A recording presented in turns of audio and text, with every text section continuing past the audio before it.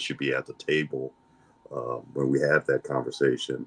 I want to be careful not that we come, swashbuckling from the United States to solve their problems and their issues, and I want to make sure that they also have input on what has worked and what isn't working. Everything Chief Perlman said is correct. Same issues in Liberia, it's the same issues in America. When people and equipment, and how do you get there? How fast you get there safely? Liberia's got so many layers to the onion, like Chief Perlman was saying. You have a pedestrian community. You have a lot of density in the city. People don't get out of your way to move fast. There's not very strong regulations in buildings and all. There's so much opportunity here to get it right, the fire service. But it has to involve and include the fire service in Liberia and the community. Community risk reduction has to include the community. I could come with all the ideas, all the money, all the trucks and everything else. And it's somewhat, and I'm saying the same thing that Chief Perlman said, but a different way, that, equipment don't matter by itself. The training of the fire service, training of the community, all those things will have to come together. So I'll stop there, just kind of jumping on that last question that was asked. This is a Liberian issue, and we're happy to help. I can't not help. I'm a Liberian. I cannot help. I can't not help. Many of the trips I would come and help the fire service was with me in a backpack and some snack bars. For years, that's what I would do, and so intent is everything. So I'll stop there. Let's welcome Pastor Alexander Collins, the chairman of the board of the Liberian Ministers Association in Minnesota.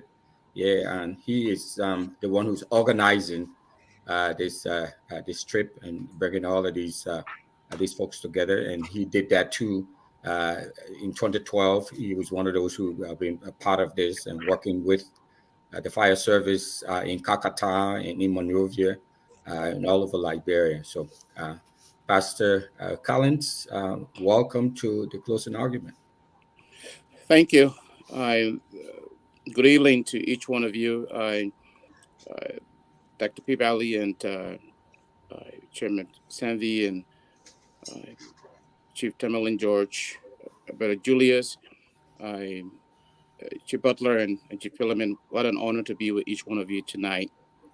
As Mr. Russell said, when we got invited to the inauguration, we said to ourselves, when I say we, the Liberian Ministers Association here, is a network of over 50 churches in the state and over 190 pastors. So when we got invited, we thought that we can't just go to the country just to attend inauguration and come back. So we reached out to our good friend, Chief Perlman and Chief John Butler, with whom we worked for several years. And I was on the board of Fire Rex Lion when we made a first trip, took some fire trucks. And so it has been a long partnership. And we think that at this point, that we can come together, we can help solve the problem. Every time I think about Liberia, the issue of fire is very nerve-wracking. It's obvious that we are very vulnerable to fire. And many individuals have lost their lives. If we just had a simple process in place, those would have been prevented. So we're just glad tonight that we are making this trip to Liberia with our good friends. We have 9 pastors that are going from Minnesota, and plus the 2 chiefs. We have a team of 11 going. And we are just grateful that we're going to be able to do some assessment while we are there. The group of pastors will be in Kakata. We're going to go to Kakata. We bought a library. We bought a land to build a library there. So we're going to also visit there. While we are in Liberia, just for the record, we intend to meet with the president, the vice president, the Senate Pro Tem, the Speaker of the House. We intend to meet with the Chief Justice, those we've laid out. And we want to do that with our partners so that the whole thing about fire services is not just an executive order, but it's also something that works throughout the government. So again, thanks for having me. It's an honor to be here. Thank you. Ben, go ahead. You got any question for Chief Perlman and also Mr. John Butler? We're very proud to have Mr. Butler, especially being a Liberian. Chief Butler too as well. So Chief Butler. Chief Butler. a Liberian and heading the head of the fire department of Fairfax County. What a big area in Virginia. And we're proud to have And you guys here. well, it's good to see you guys, and thank you for everything that you're doing, and will be doing. Chief Butler, you say from Fairfax? Is that what you Yes, said? yes, Fairfax, sir. Virginia. Yeah. Oh, okay. I used to live in Manassas, so Oh, that's yes, that's yes, why that, down the Fairfax, street. Yeah. Fairfax is not far from Manassas. But yeah, listen. Thank you guys. I mean, anything that is in the interest of our country is something that we welcome. Our thing is sustainability. For me, I think that's what we need to pay attention on. I don't think there's been a shortage of donation of fire trucks and fire equipments to Liberia. Is the question is why are we always accepting Yeah. donations and we're not continuing and training our people? So I'm hoping maybe when you get there, when you speak to the president and to the vice president and to the relevant authority, it's something you should be able to push. I think you said that you have some Liberian in your Liberian from what I think I heard, right? So I it's your am. country. It's your country too. You know, we have dual citizenship, so it's your country. Go in there, and I think for me that would be my only recommendation. I think you guys should go and try to talk to them and talk about the issue of sustainability because we can't continue on this this spree of every time people are going to visit our country we're asking for handouts and so I think I'm more interested now in what we can do to build a resilient and a sustainable fire force. That's what I'm more interested in because since JJ Roberts' time, we've been having donations of fire trucks and fire. I think we need to at some point to stop it. So that's my only comment. But I want to thank you for your service and for what you do, even in the United States. I want to thank you for your service. I think firefighting is probably one of the most noble professions that you can have out there. So I just want to say thank you, and we look forward to seeing you in Monrovia. Thank you, and you make a good point. Since JJ Roberts and even before, for all our time as a country, Existence, yeah. There's been this notion that we seek and receive donations. Chief Prilliman and I spent some time in Liberia, and I'll tell you one thing: the downside of the free isn't free. Sometimes free isn't free because there's a big concern with interoperability, interconnectivity. Those words, if I'm getting one truck from India and one truck from Czechoslovakia and another truck from the UK and one from the US, making those four things work and the hose threads, the couplings, and all. I mean, we said, Chief Prilliman and I said a few minutes ago, this onion, this topic has so many layers. We could be on this broadcast for 6 hours, easy. And it could be a semester class in college on the variables. But I don't want to spend too much time in the negative space with this. There's a lot of great opportunity here. I'm excited. I'm excited for the national leadership who supports the public safety in general. Partnerships and collaborations. That's another topic we can talk about with our regional partners on how strength is in numbers and force multiplier. We don't have to send people all the way to the U.S. to get training. There are ways we can do things on the ground in Liberia, in the region.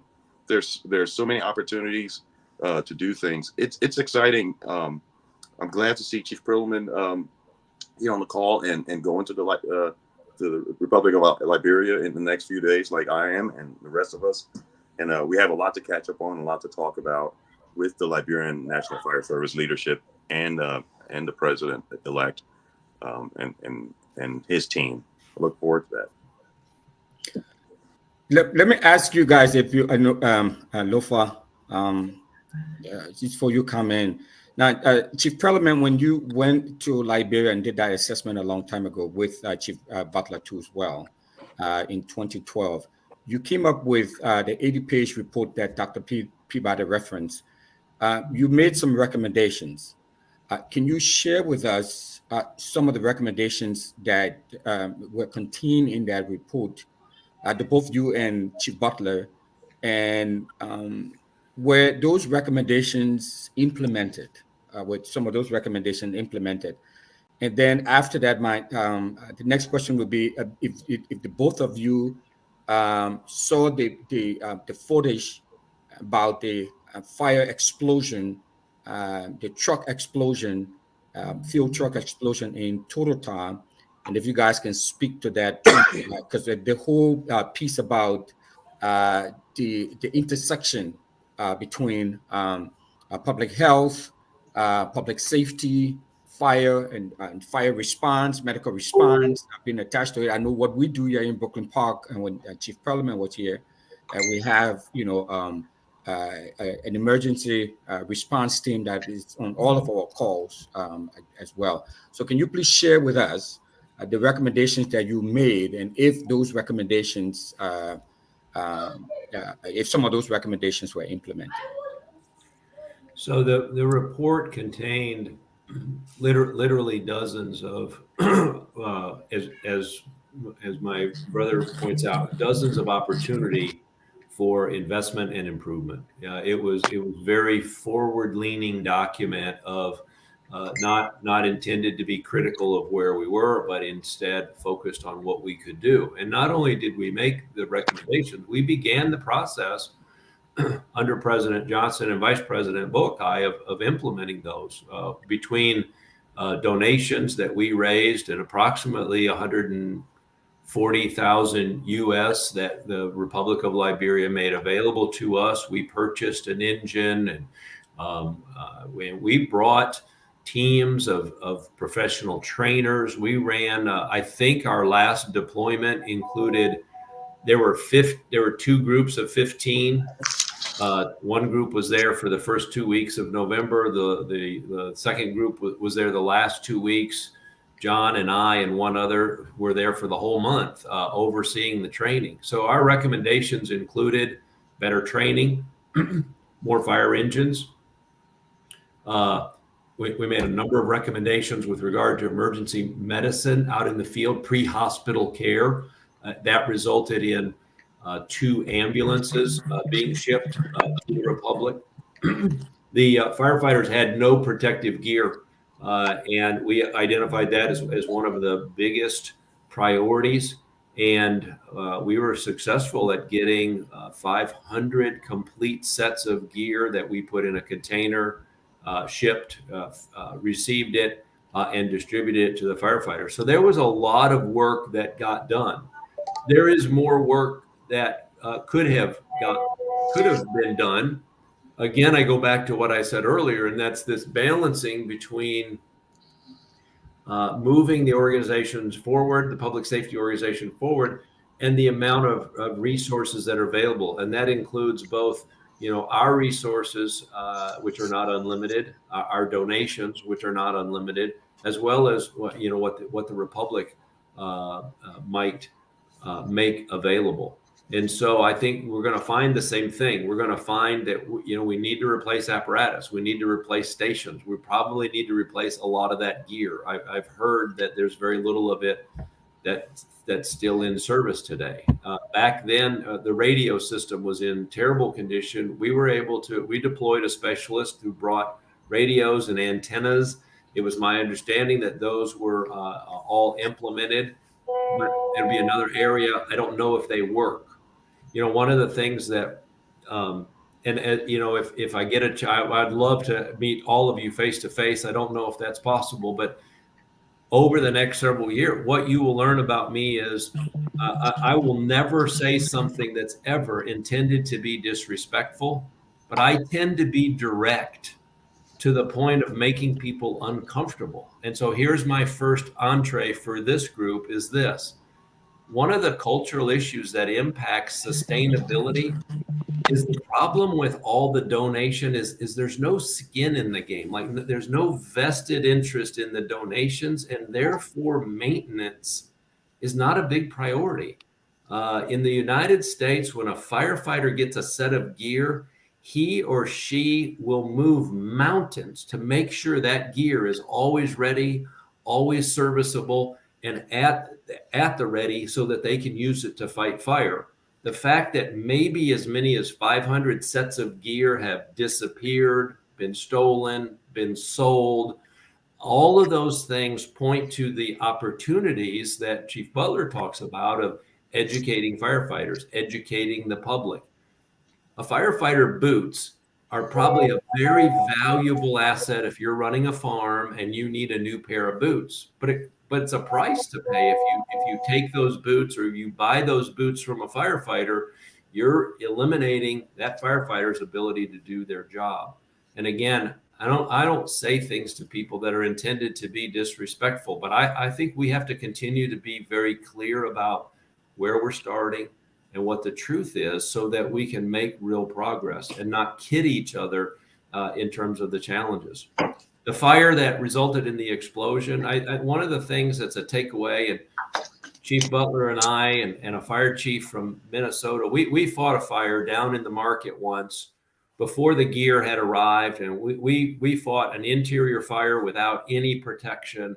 I mean, we did what was needed to do to help support the organization. But one of the things that struck me then, that struck me about this explosion, was the amount of public that is within a few feet of that emergency.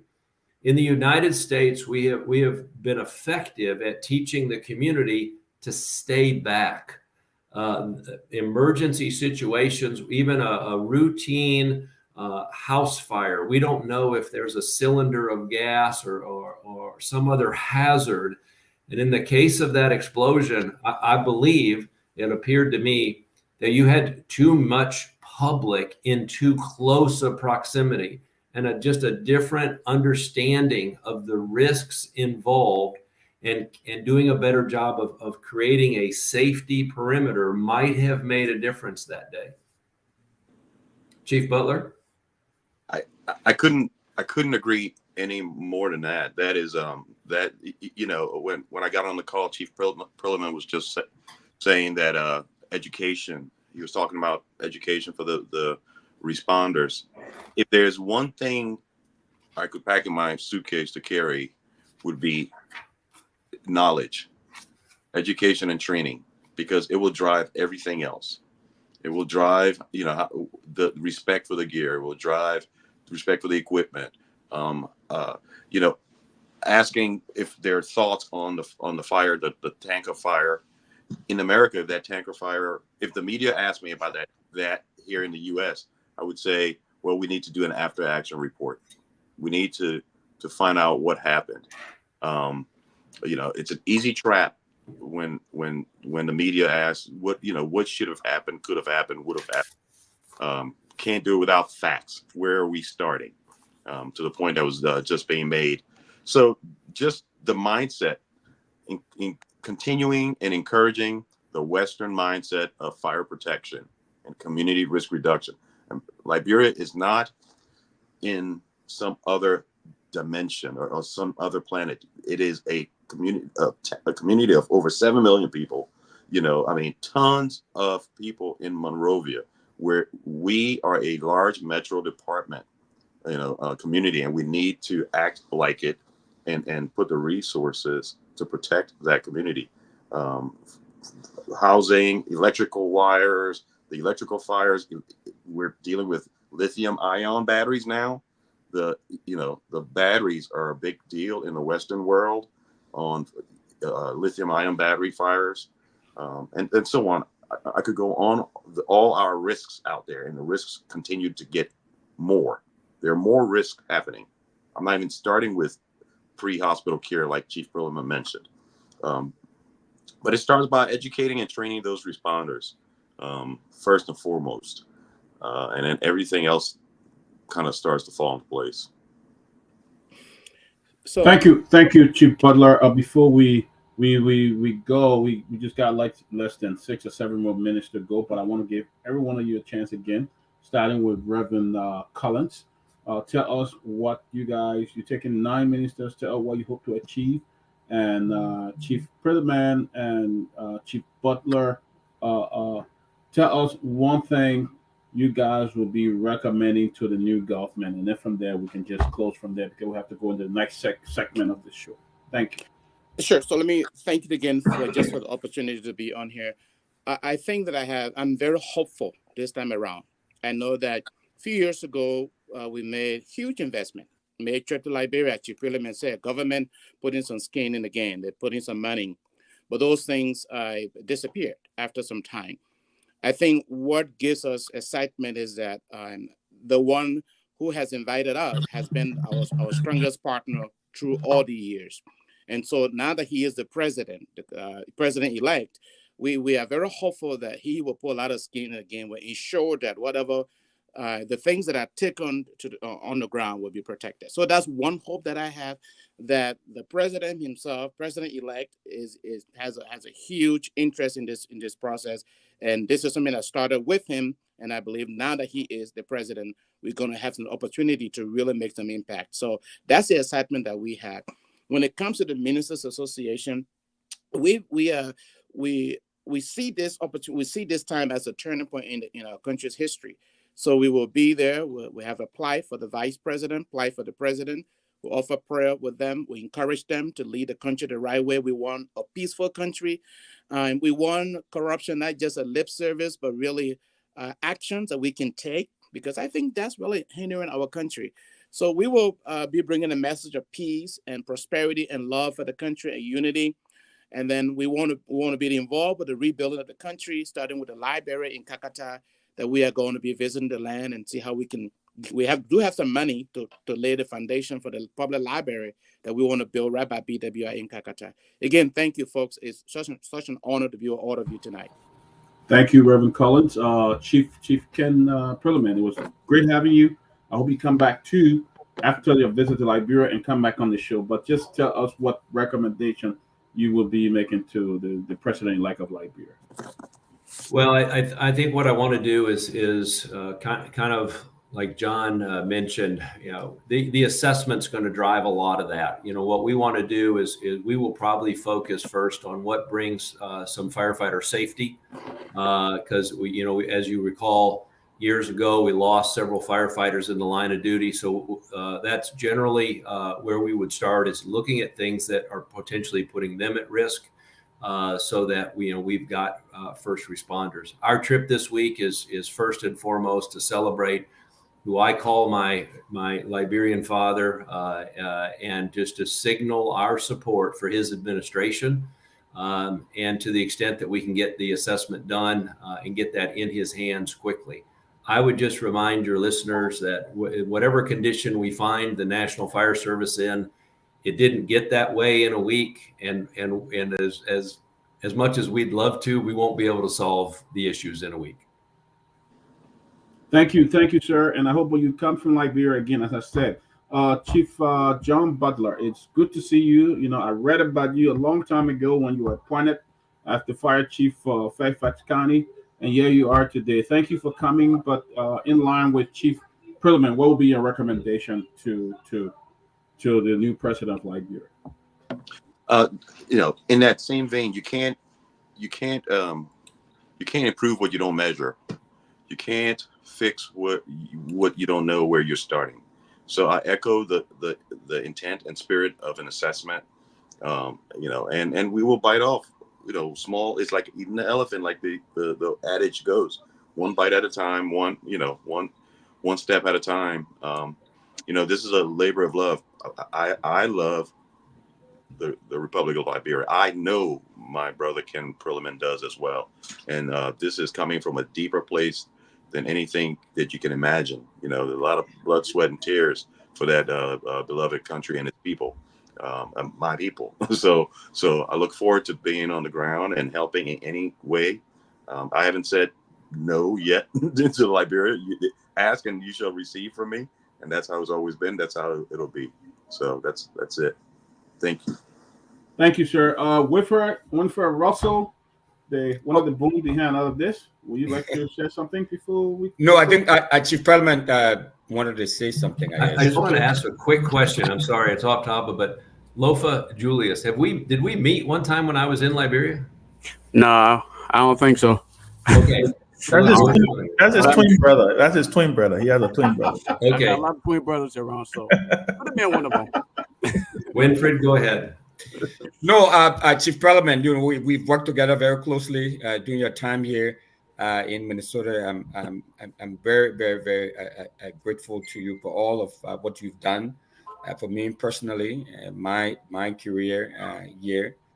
So I appreciate your service. We've worked very closely together when you were here, and you were a very, very, very good good guy. So looking Thank forward to seeing you in Liberia. Again, thanks for your service. And I know, sorry for the back and forth, but we're glad that we finally put it all together. So I'd like to say thanks to my colleagues and my friends for ensuring that at least we can get something going. And like Dr. Peabody said, after your trip to Liberia, you and Chief Butler, if you guys can come back and share with us, what you learned. I know you're trying to be politically sensitive and careful, but that's okay. But I hope one of the recommendations would be that we build more fire stations. But because one fire station for a country of 5.5 million plus people in a metro area of almost 2 million, we just not cut it. No, it doesn't. Again, thanks to you all and my good friend and supporter and backbone, Pastor Collins. He's funded a lot of my campaigns, a lot of my trips back to Liberia, and a lot of work. Thanks for putting this together, putting this team together, and thanks for coming on the closing argument. We hope that that we have more time, but as Dr. Peabody said, we have other issues to discuss. But this was great. I think 45 minutes, of your time, and we are grateful for the time that you all spend here with us. Safe flight to Liberia, and you guys have been heard all over the country, and even right now we have about 2,005 watching online, but all over the country you have been heard. So I guess the Liberian people have gotten the message, and they will be looking forward to see you guys. Safe flight, and Reverend Collins, Chief Butler, Chief Pretterman, great to see you. Enjoy your flight to Liberia. Let me use this opportunity to also say thank to you guys for the initiative. We need it, and I pray that Liberians will actually take advantage of it and don't abuse it, to the fullest. I think we definitely do need it. So thank you guys. Absolutely. Thank you, and safe flight. Thank you. See you all.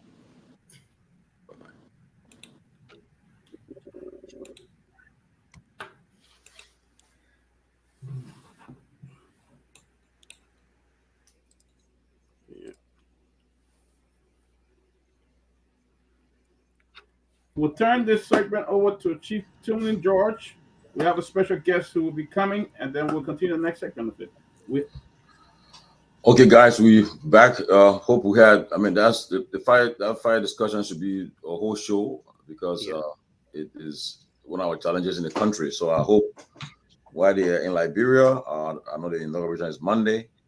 Hope they can come and find a time and we can have them for the whole show because a lot of questions Liberians would like to ask. They would want to call in to ask them questions. So, but the first thing is good. They are going on the ground, and based on the assessment, when they get back to the country, they'll be able to address most of the issues. So so we want to say thank you again, and we look forward to wishing them a safe trip to Liberia and pray that they will have a great assessment and we will have our fire service for the challenges they face. I'll be there too as well, so I can coordinate things. I mean, if there's a way to work with the guys at the studio there, I can get them in there to the studio and get there. Yeah, Winfrey, I actually think it would be effective once they get back because I'm interested in getting almost like hearing from them on what their feedback will be, right? Because then they will exhaust literally everything that they've done. And they can come in, we can have like a full discussion on literally everything from recommendations to challenges to where we are and where the thing you were in here earlier, but I don't know if you're listening, but Tomalin asked a very important question and actually got some news out of it. And that was that that they made a lot of donation, but I know that, the chief was trying to be politically correct. And they don't know what a donation is. Yeah, they made a he said what from 2012 to 2018 or something like that. They donated a lot of trucks, fire trucks, ambulances, and all. And that's my point. Uniform, 500 pieces of uniform or something like that. I think he was saying. So. Hopefully, we hope for the best. We hope for the best. Yeah. Let's see what happens. Yeah. Okay, guys. viewers, we have there have been issued about this issue about tenure positions in our country. In fact, right now, people are asking that somebody tenure positions should be scrapped. But some of them are needed for security reasons and for a lot of reasons. So, based on the fact people have been asking for, we discuss this. So, we brought in today a fellow from the Duke for Social and Economic Research, Dr. Ibrahim Al-Bakri, who will be helping us to discuss about the tenure positions in our country. There are several tenure positions, and tenure positions, I mean, you are given a position where you are nominated by the president and confirmed by the legislature, and you hold that position not at the pleasure of the president, but for the time created in the act. So if they give you, like, for instance, the GSC, I think the General Auditing Commission, when the president nominates you and the Senate confirms you, you are there for, I think, for 4 or 5 years, and you report, I think, to the legislature, whatever the case. So people have been discussing. There are several tenure positions that we need to be discussing today, and perhaps we can find out. He can help us to navigate and find out some of these positions, whether it should be tenure or not. So let us welcome Dr. Ibrahim Al-Bakri, of fellow from the Duke Institute for Social Economic Research. Dr. Nye, welcome to the closing argument. And I think you know whoever, and she knows some guys here, but I see Keff Hassan, Mr. Worth Russell, Ben Sanvee, Lofa Julius. But welcome to the closing argument. You are muted. Okay. Thank you, Brother George, and thanks to the entire team. I was actually initially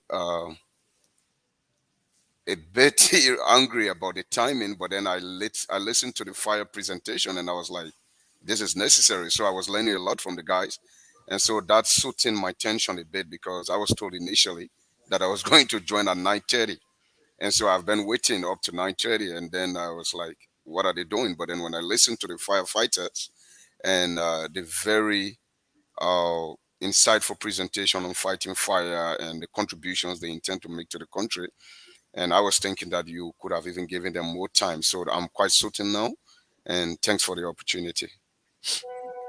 Okay, thank you. We'll just go straight into it. Dr. Nye, these issues about tenure positions, can you just give us some outlook about the tenure positions, the importance, and I know some people say for independence, but just give us some outlook about the tenure positions in our country and the importance of these positions, and also whether some are necessary or not.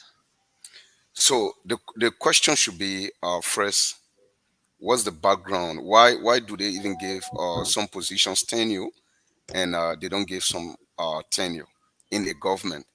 So we need to establish that context, the relevance first of the institutional setting, and then we can determine why tenure.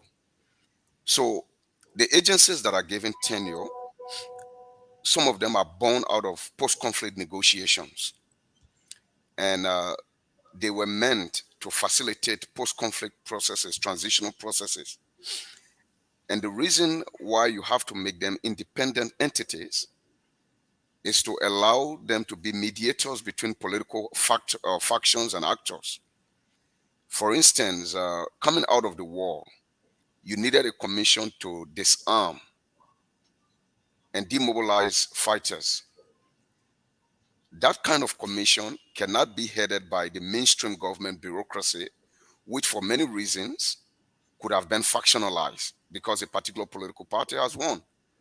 And so for other political factions and warring actors to engage productively and to be very confident and trust this commission, you needed to make it an independent commission. And so when an entity becomes an independent commission, and then you assign that entity a specialized public function, or give that entity a public authority to deliver a particular public service or public good. In that context, to project that independence or to ensure that that independence is properly managed, you want to ensure that those who are heading those entities are independent of the political forces. And so this is where you determine that to make them independent, one of the variables or elements of independence is security in the job. And that security in the job could be determined by the tenure. That, okay, when this president is appointed, he or she is now going to be removed by any political faction or any political authority unless for a specified cause. For instance, violation of code of conduct, maybe health issue. And in our law, it says for a cause, and that cause must be specified. And so that's the context under which tenure positions are determined. But then this doesn't only happen in post-conflict context. So tenure positions are now being established across the world in every country for regulatory agencies that are meant to regulate certain public behavior, whether in business, in political life, or even in academia. So because you want these agencies to be independent of the political actors, you try to establish certain criteria through which their membership is selected. And one of the protection for tenure, for independence, is not only tenure security, it's also institutional independence and financial independence. Institutional independence allows them to operate without edicts from political factions or without interventions from political factions. And that is laid out in the rules. And financial independence allows them to operate, to control their own budget, so that the Ministry of Finance, which is most often and obviously controlled by the political party that is in power, does not determine the extent of resources that go to this particular agency. So in protecting or promoting financial and institutional independence, you also want to give the office holders tenure security. That is for their individual security in the position, so that the decisions that they make cannot be undermined by their affiliation or by their fear of those that may be looking over them.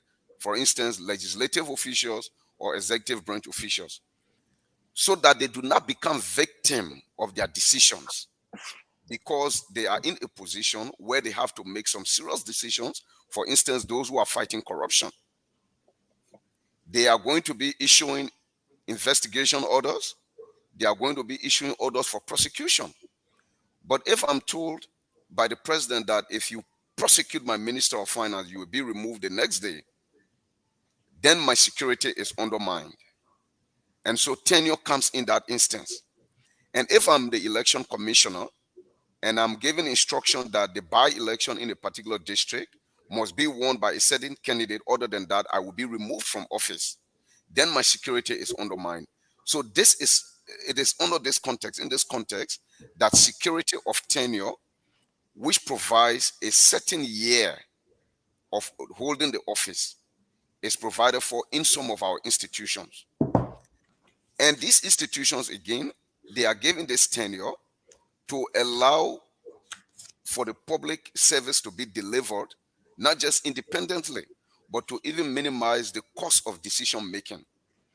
For instance, the Governance Commission, which is given the authority to reform the institutions of government, most of the decisions they make there, if you allow that decision to be left with the cabinet, it becomes costly for the cabinet in terms of time. And then it becomes also, when it goes through the legislative process, it becomes very costly. The decision-making becomes costly for both the executive and the legislature. So you give them the decision-making authority to decide which agency must be reformed. When they make this decision, they submit it to the political forces or the political actors for endorsement. So by that authority given them for assessment and for independent decision-making, they have, to a significant degree, saved enormous public resources, save time, and allow the political actors to focus on some other national issues. So that's the background for which tenure security is provided. And under our laws, we have several agencies, most of which we should not overlook the fact that some of these agencies came about as part of a transitional arrangement. And our transitional period was not only the Judy Bryan era, because although that's what we call the transitional government when the war just finished, 2003 to 2005. But our transitional period extends up to 2010, during which most of the national institutions were being reformed. The TRC was in existence. The National Commission on Disarmament, Demobilization, Rehabilitation, and Reintegration was in existence. So all of those processes, and then it was during that same time the LACC was established. The General Auditing Office was transformed into the General Auditing Commission, and so many agencies were created to facilitate the transition from a immediate post-war society to a post-conflict developing state. And so by the time we crossed 2010, when most of our debt was canceled by international organizations, we have stabilized our national institutions, and we're moving forward to our second post-conflict election. At that time, we're no longer technically considered a post-conflict state. Our transition was over. We have built significant institutional capability to now move into a state of a developmental state. And that's where we have been for many years until we somehow backpedaled in the last 6 years.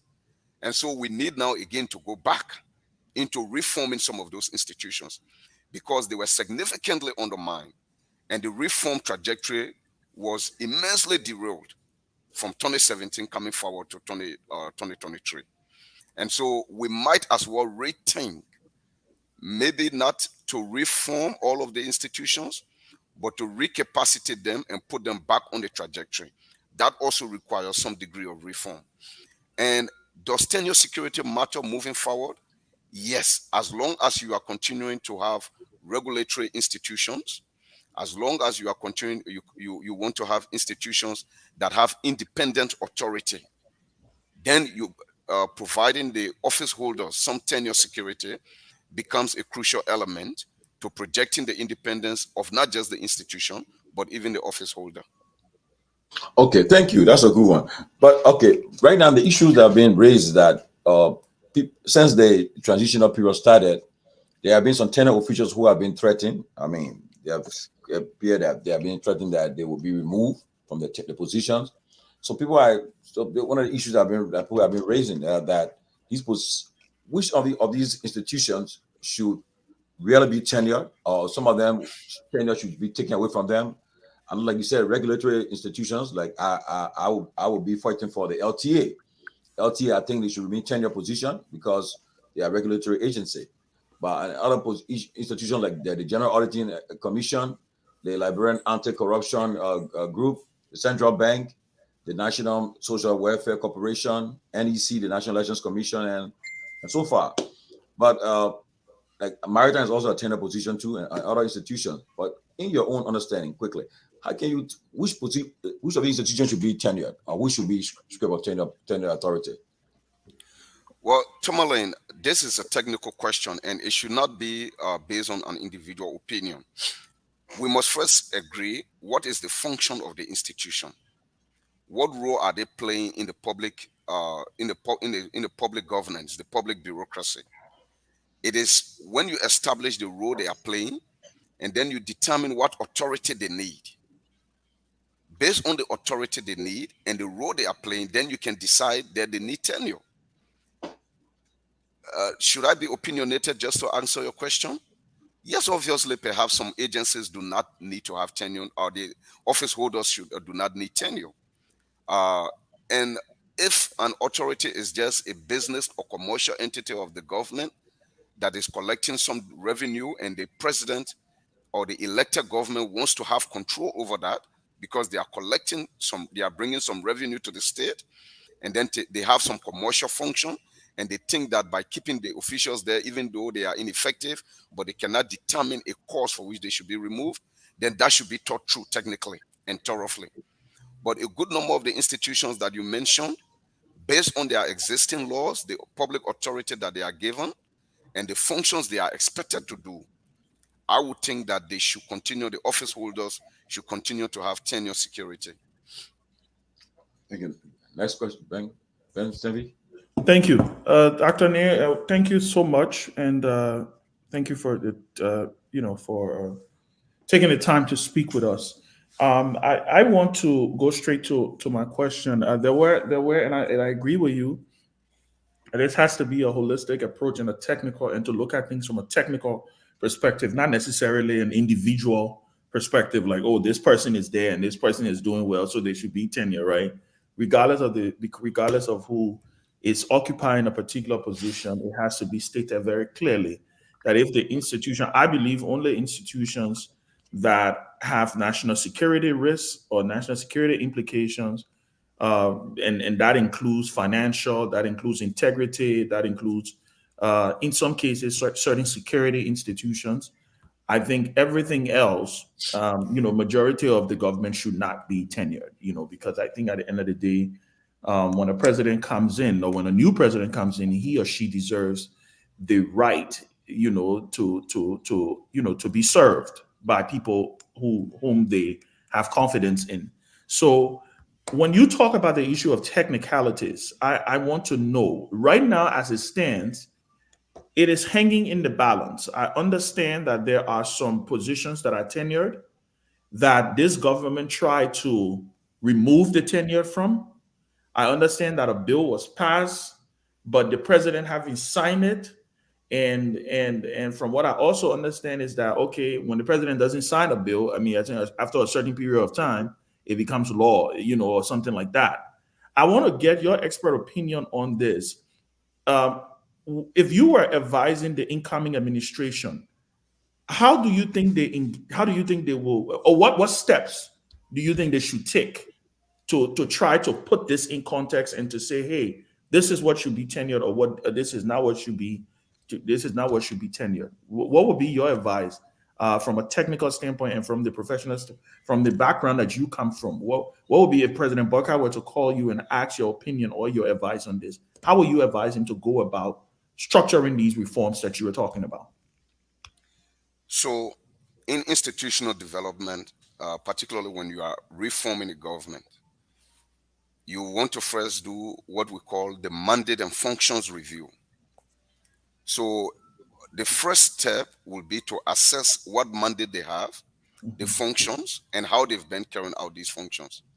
And that would tell us that, given that they have this kind of mandate, if their role involves mediating political actors like the election commission, obviously those are the election commission, based on the public mandate they have, the commissioners at the commission must have tenure security. And so my advice would be to the incoming administration, first establish whether you need most of these agencies. Based on the responsibility or the manifesto you want to deliver, what kind of public bureaucracy do you need for these 21st century challenges? And then you begin now to review the mandates. And this is what was done at the Governance Commission. And as a disclaimer, I joined the Governance Commission in 2008 as an intern. I was an undergrad university student. And when I joined the commission in 2008, the commission was just doing this mandate and function review, looking at each public agency. And then they determined that the National Ministry of National Security was not needed for Liberia's post-conflict development. And then the commission determined, based on the mandate and function review, that the National Bureau of Investigation, there was an agency called the NBI, wasn't needed in Liberia's new transition.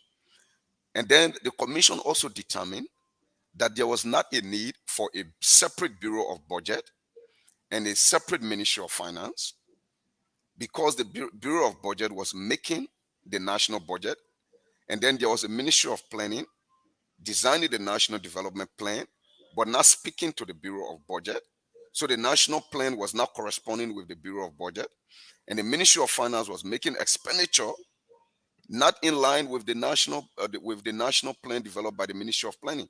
So the Governance Commission did a global assessment of all of these agencies in the national planning, budgeting, and financial sector. And so the decision was eliminate the Bureau of Budget, merge its function to the Ministry of Finance, eliminate the Ministry of Planning and Economic Affairs, bring the function of planning and budget together, and have a single Ministry of Finance, but then separate the Revenue Generation Agency. That's how the LRA came about. And so we did that mandate and function review. Okay, let me not claim that we did. I was an intern at that time. I was following those who were doing it. We were holding their files behind them. And so we followed that process. So this is how the National Bureau of Investigation, Ministry of National Security, they were all eliminated, and their functions, the key ones, merged with NSA, Ministry of National Defense. That's how we have the new National Defense and Security Act. So what we need at this stage, 14 years after 2010, after that transition, with the emerging global challenges, we are having mass migration coming down southward from northern West Africa to down southward.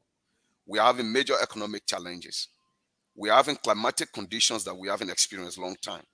We have a massive youth population, around 70%, which could be a dividend or a bomb, a demographic bomb or a demographic dividend. So we need now to assess the national challenges and establish public institutions to respond to those challenges. This is the challenge of the new administration. And looking at tenure, again, coming back to your question directly, Brother Sanvee, the advice I would give to the current administration is you now want to assess all of these agencies. Which one do you need to respond to the challenges of the society? Do we still need a governance commission? Do we still need the law reform commission? Do we need the general auditing commission? Do we need the Liberia Anti-Corruption Commission, even though the Liberia Anti-Corruption was existing, but they couldn't spot corruption cases that the US government was spouting and sanctioning our officials? Because the US government only came in when they saw the national institutions were not delivering. The US government would never sanction in a country where officials are being held accountable, unless you commit a crime against the American government. But when you are committing a crime against your own country and there's a national response, there wouldn't be sanction against your country. So now is the question of, are these institutions, we have all of them, General Auditing Commission, Internal Audit Agency, Liberia Anti-Corruption Commission, we have the Ministry of Justice. Where were these agencies when these alleged crimes were being committed that some of our fellow Liberians have been sanctioned by the US? So it's the question of their institutional vitality or the credibility of these institutions. So we need to ask these questions. Do we need them? If we need them, what new mandate do they need? And if these are the new mandate, then do we need to give them tenure security? So these are questions that we need to make. We need to answer. Your question need to be answered after asking several technical questions and doing several assessments. Thank you. Next person. Welcome, Councilor Yakula Kokwa. Welcome to this closing argument. Happy to see you. Where you been? Thank you. So you've been on honeymoon. Sorry, you've been on honeymoon. Yeah. So we'll go to Russell. Russell, go ahead. We have a question to say. Yeah, thanks. And Dr. Nya, it's great to meet you and be in touch with you. This is wonderful. A lot of great information. So I appreciate your insight and the information you have to share. One of the first questions that come to mind.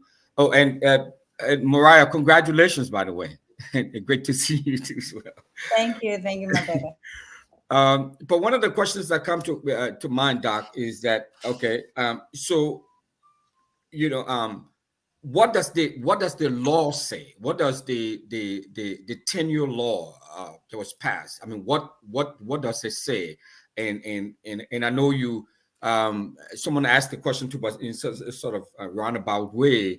And what sort of criteria that was laid out in the law, and if we were to follow the law as it was written, are we still going to be having some of these problems? Because for me, from my vantage point, it's sort of interesting that you're doing your mandate and function review exercise.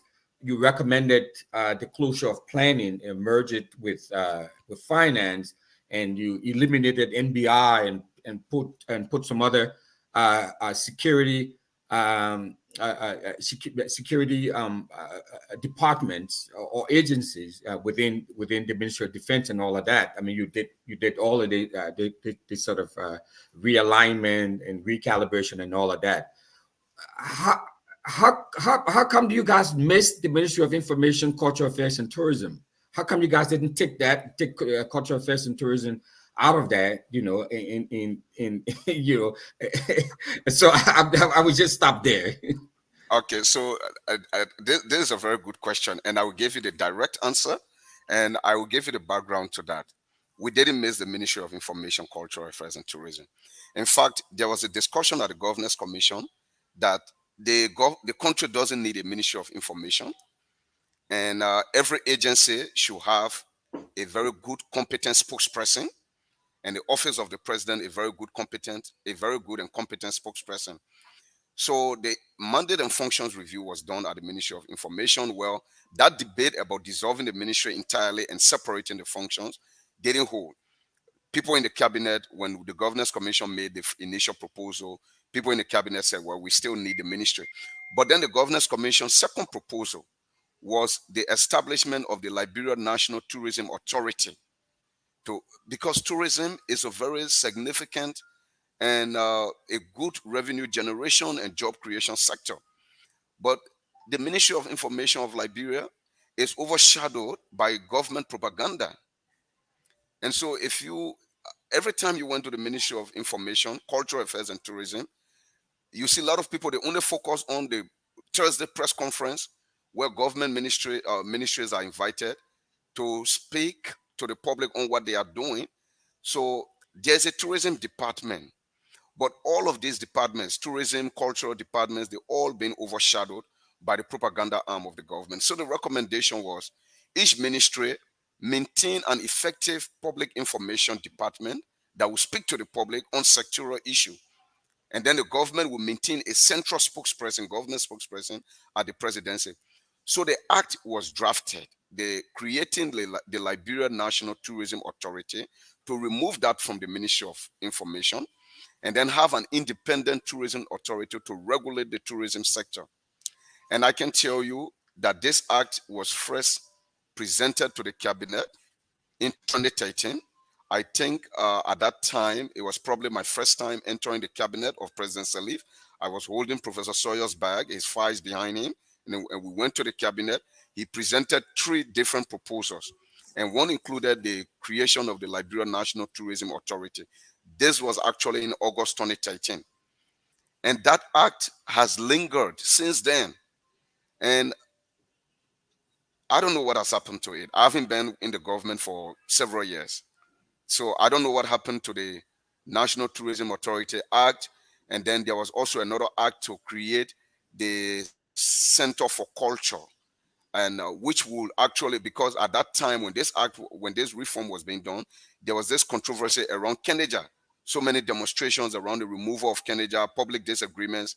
And so then we needed a national center, a center for Liberian culture, and a separate institution to manage all of the cultural heritage sites, locating various cultural sites along with the tourism authority, and then even promoting Liberian languages. I have an observation that we are moving perhaps to the next 30, 40 years. Most of those born, majority of those born in the 2000 would not be able to speak, a majority of them would not speak Liberian languages. And so one of the proposals at the GC was this Center for Liberian Language and Culture will begin to promote Liberian languages. So the Governors Commission didn't skip that. That proposal is still on hand. And I believe that I still have the draft of that law, the National Tourism Authority Act. I still have the draft. And it went close to being passed in the legislature. But when a new legislature is seated, all of the bills that the previous legislature had to be resubmitted before they can make a move on it, even if it was submitted on the eve of the closure of the legislature. So the new session of the legislature has to receive a new submission. So I actually don't know what happened to it. So could you share that a copy of the draft that you have? I can check in my files. I believe I will have it. I can check in my files. In fact, so many things were done at the Governors Commission. And when President Weah issued the executive order on the transition, I went back to my files and I found that the Governance Commission, we actually worked on the Presidential Transition Bill, a law in 2017 called the Presidential Transition Bill. And that bill was submitted to the Executive Mansion. And so when I read the executive order, it reminded me of the languages in the bill. It was just the same. But then the Executive Mansion didn't move on that bill when President Salih was leaving the Executive Mansion. So the next stage was to take that Presidential Transition Act to the legislature to start the legislative process and then come back to the president to make it a law.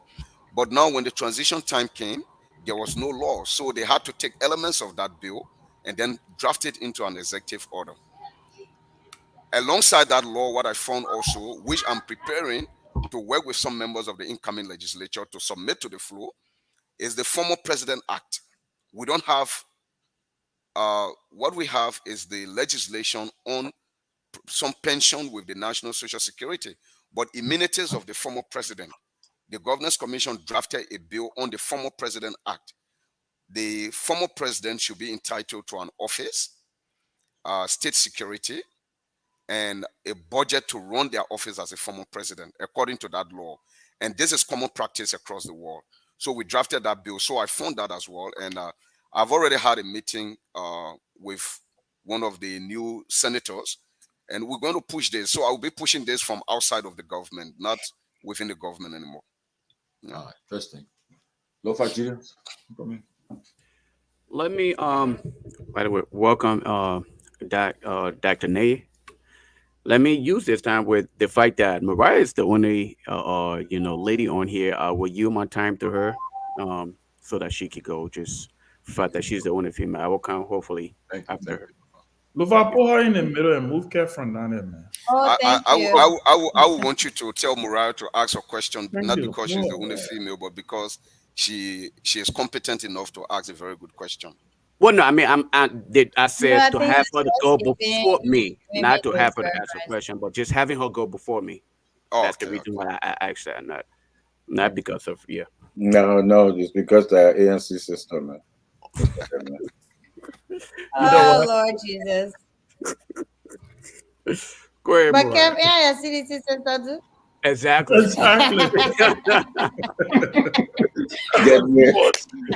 Right, you can't let that one start small now. Let me explain myself. I mean, actually, I gotta rub it in. But thanks, guys, and Dr. A, how are you? I wanted to ask just a quick question before my actual question. The former president bill, does it also cover retirement or retirement benefits, or is it under the pension law? I think most of it will be determined under the pension law, but significant portion of that law are about having an organized structure for the former president, like an office of the former president, and what the government can support the office of the former president with to keep the prestige of that office. And then I think there is a portion about the former president receiving about 40% of the salary of the sitting president. And so if that becomes law, for instance, and it includes also the former vice president. I remember there were times the incoming president, Ambassador Joseph Boakai, complained that he wasn't receiving his benefits. And I don't know why that was happening, but this law is saying that the former president will receive 40% of the salaries of the sitting president. But it is the detail is actually in the pension law. Yeah. Okay. My question actually was about something you had mentioned concerning integrity institutions like GAC being, in existence, but then the Americans have to do all this work around fighting corruption, and they usually do it when the integrity institutions are not working within the country. My question is around, and then you asked if we should keep these institutions, or for us to ask ourselves if we should keep these institutions. I kind of want to divert the conversation a bit from the institutions to reasons of why these institutions become weakened or dormant. And so we've seen that presidents would appoint their friends or their stooges or people who they have control over at these institutions, or governments will cut the budgets of these institutions that are supposed to Exactly. have them operate effectively. So do you think the problem is with the institutions themselves or with the leadership? Because if the president is not appointing cronies and friends to these institutions or people with who they have control over, or if the president and the lawmakers are not passing budgets that have drastically cut the budgets of these institutions, would it be more effective? Are we putting the expectations on the institutions or on the person who sits in the driver's seat? Because it appears to me that it's the president, which again comes down to the powers of the president, giving the appointing powers, giving the legislative agenda, giving the control over the Ministry of Finance and the budget processes to ensure that these institutions, all of our integrity institutions, whether it's GSC, LSCC, I mean, we named the rest of them, IAA, are actually empowered, either with the budget they need to operate or with the autonomy they need to operate without having friends and family and cronies and people that control in these positions. How do we balance that out in terms of evaluating the effectiveness of these institutions? Thank you, Mariah, and excellent question. Human by nature, we do not want restrictions and we don't want to be restrained. And those in political power, particularly, do not want any constitutional or institutional restraints on their power. And so, in that light, a president appointed would want to appoint people to institutions that are meant to countervail their authority, to weaken them.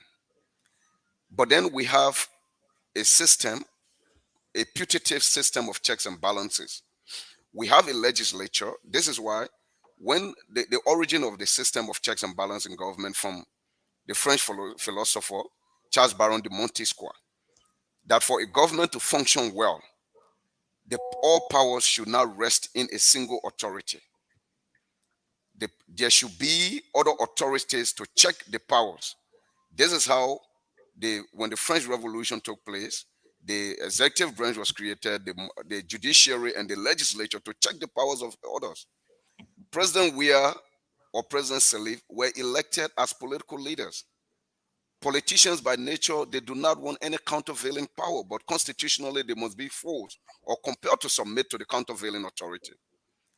When President Weah started a systematic process of weakening the integrity institutions, he was assisted and emboldened by a legislature that became complicit.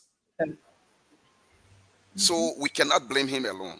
So it was the ecosystem of the political leadership that was responsible for this. For instance, at the Governors Commission, they appointed a semi-literate person to head or to participate in the process of reforming governing institutions, critical policy engagement processes. And this person went to the legislature, and the legislature asked this person for their credential, they reviewed, and 3 days later confirmed this person, and some of the senators went behind this person and said, look, we help you. Now you got a job. Here are my people, carry them with you. That happened at the Governors Commission. Then they did appointment at the Liberia Anti-Corruption Commission, a partisan appointment. The Liberia Anti-Corruption Commission, the act of the commission and like the Governors Commission, both acts says commissioners at the Liberia Anti-Corruption Commission and the commissioners at the Governors Commission shall be apolitical, shall have no political affiliation, so that the agenda against corruption cannot take a partisan nature. And then you take a partisan directly involved with the activities of your political party, send them to the Liberia Anti-Corruption Commission. Who is going to be investigating? His fellow partisans. And so they didn't, and then the Senate sat again and confirmed these persons, these people. Then it went to the Anti-Corruption Commission. It became a toothless institution.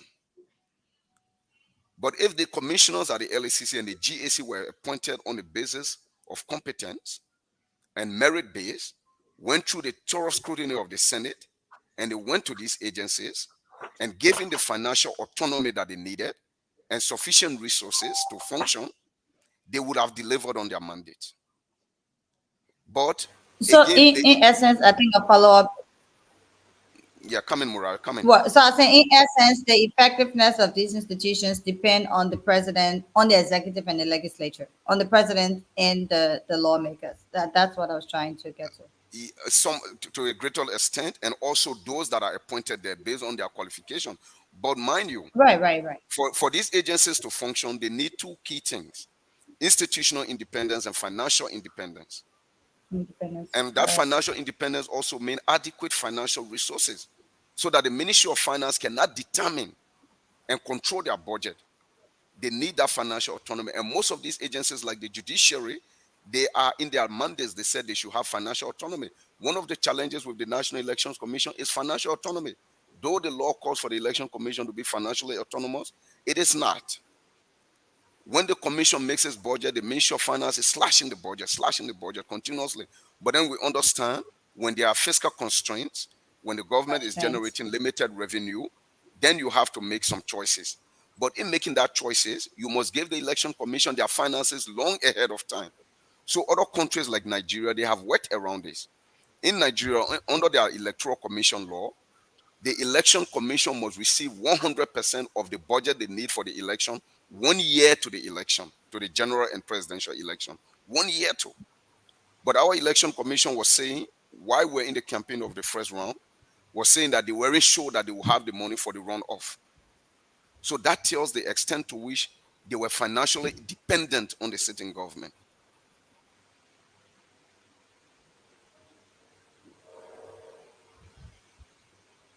Larry?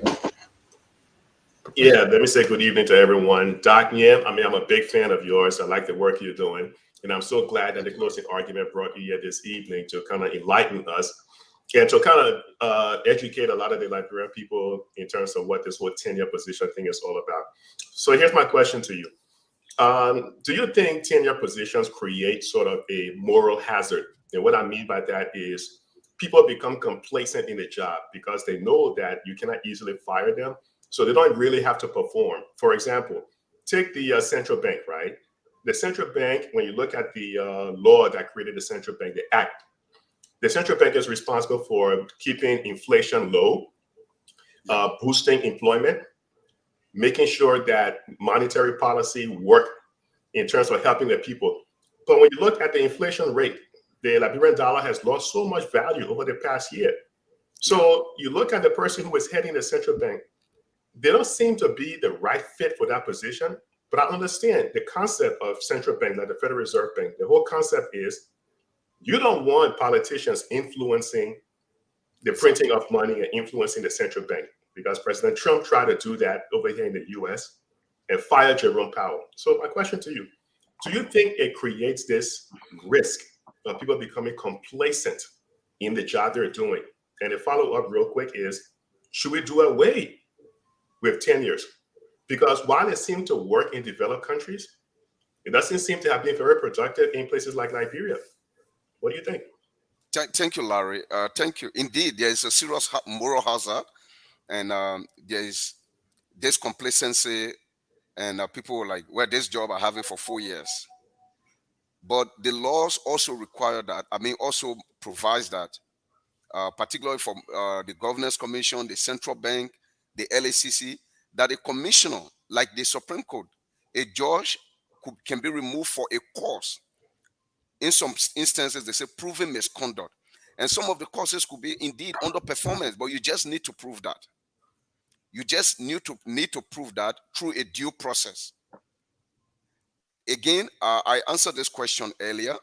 We need to assess the institutions and put their mandate, juxtapose their mandate with the public functions that they have, and then we determine what kind of security they need to deliver this mandate. And if that security requires tenure, then we give them tenure. If we think the maritime commissioner or the central bank governor if we think the Maritime Commissioner or the Central Bank Governor doesn't need a tenure to be independent, then we remove that. If it is not working, what do we need?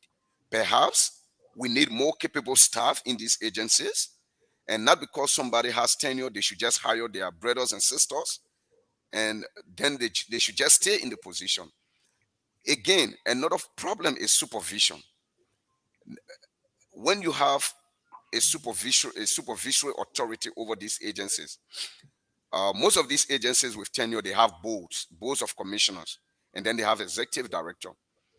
But then they report to legislative committees. And these legislative committees, in addition to countervailing powers, have oversight powers. And these legislative committees, if they are strong enough and technically engage in these agencies, they can easily determine who is working and who is delivering more effectively, and who deserves to stay in their position for the 5 years or the 6 years, or who deserve to be removed based on poor delivery or performance. So it's a full cycle, Brother Larry. Thanks, Doc.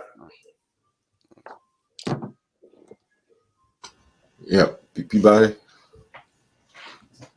Dr. Yang, great. I've been listening to you. You've been just touching on a lot of important issues here. My question to you, you seem to have a lot of insight when it comes to these tenure positions. I want to just go straight to the point. I want to be blunt here. Area like fishery, where you have, I think the lady, what's her name, Emma Glasgow or something, who's in charge. Do we need a tenure position? Does she need to be there? What do you think of that? Do we need tenure position again for fishery? Well, we should not personalize. Let's not personalize it. Let's let's focus on the institutional. Yeah, I am, but as the mark of respect, calling the boss name, I'm not. So But brother, do we need? Brother Peabody. Yes. What's the fishery authority doing? I mean, are they regulatory authority? Are they commercial? And if More you commercial. if they're more commercial and you think it's a business entity that needs somebody to turn the cash around and bring more money to the government quick, as fast as possible, and you think the current commissioner or head is not producing, then you want to advise the government to remove tenure. But one of the reasons, somebody talked earlier about removing some of those people. I don't think we should focus on the individuals. When we start focusing on individuals, we lose the focus on the long-term gains and the long-term goals of our country. So let's leave Ms. Glasgow out. Okay. I haven't worked here for. Is that a tenure? Do you think, as an expert, may I respond to that? Position? I'm trying to learn from you. Okay. Again, we cannot make that determination on the show whether the fishery agency needs tenure. We have to review their mandate, and then we can determine that, because if they are regulatory and we think that regulatory function affects political interest or needs political support, then we make them independent.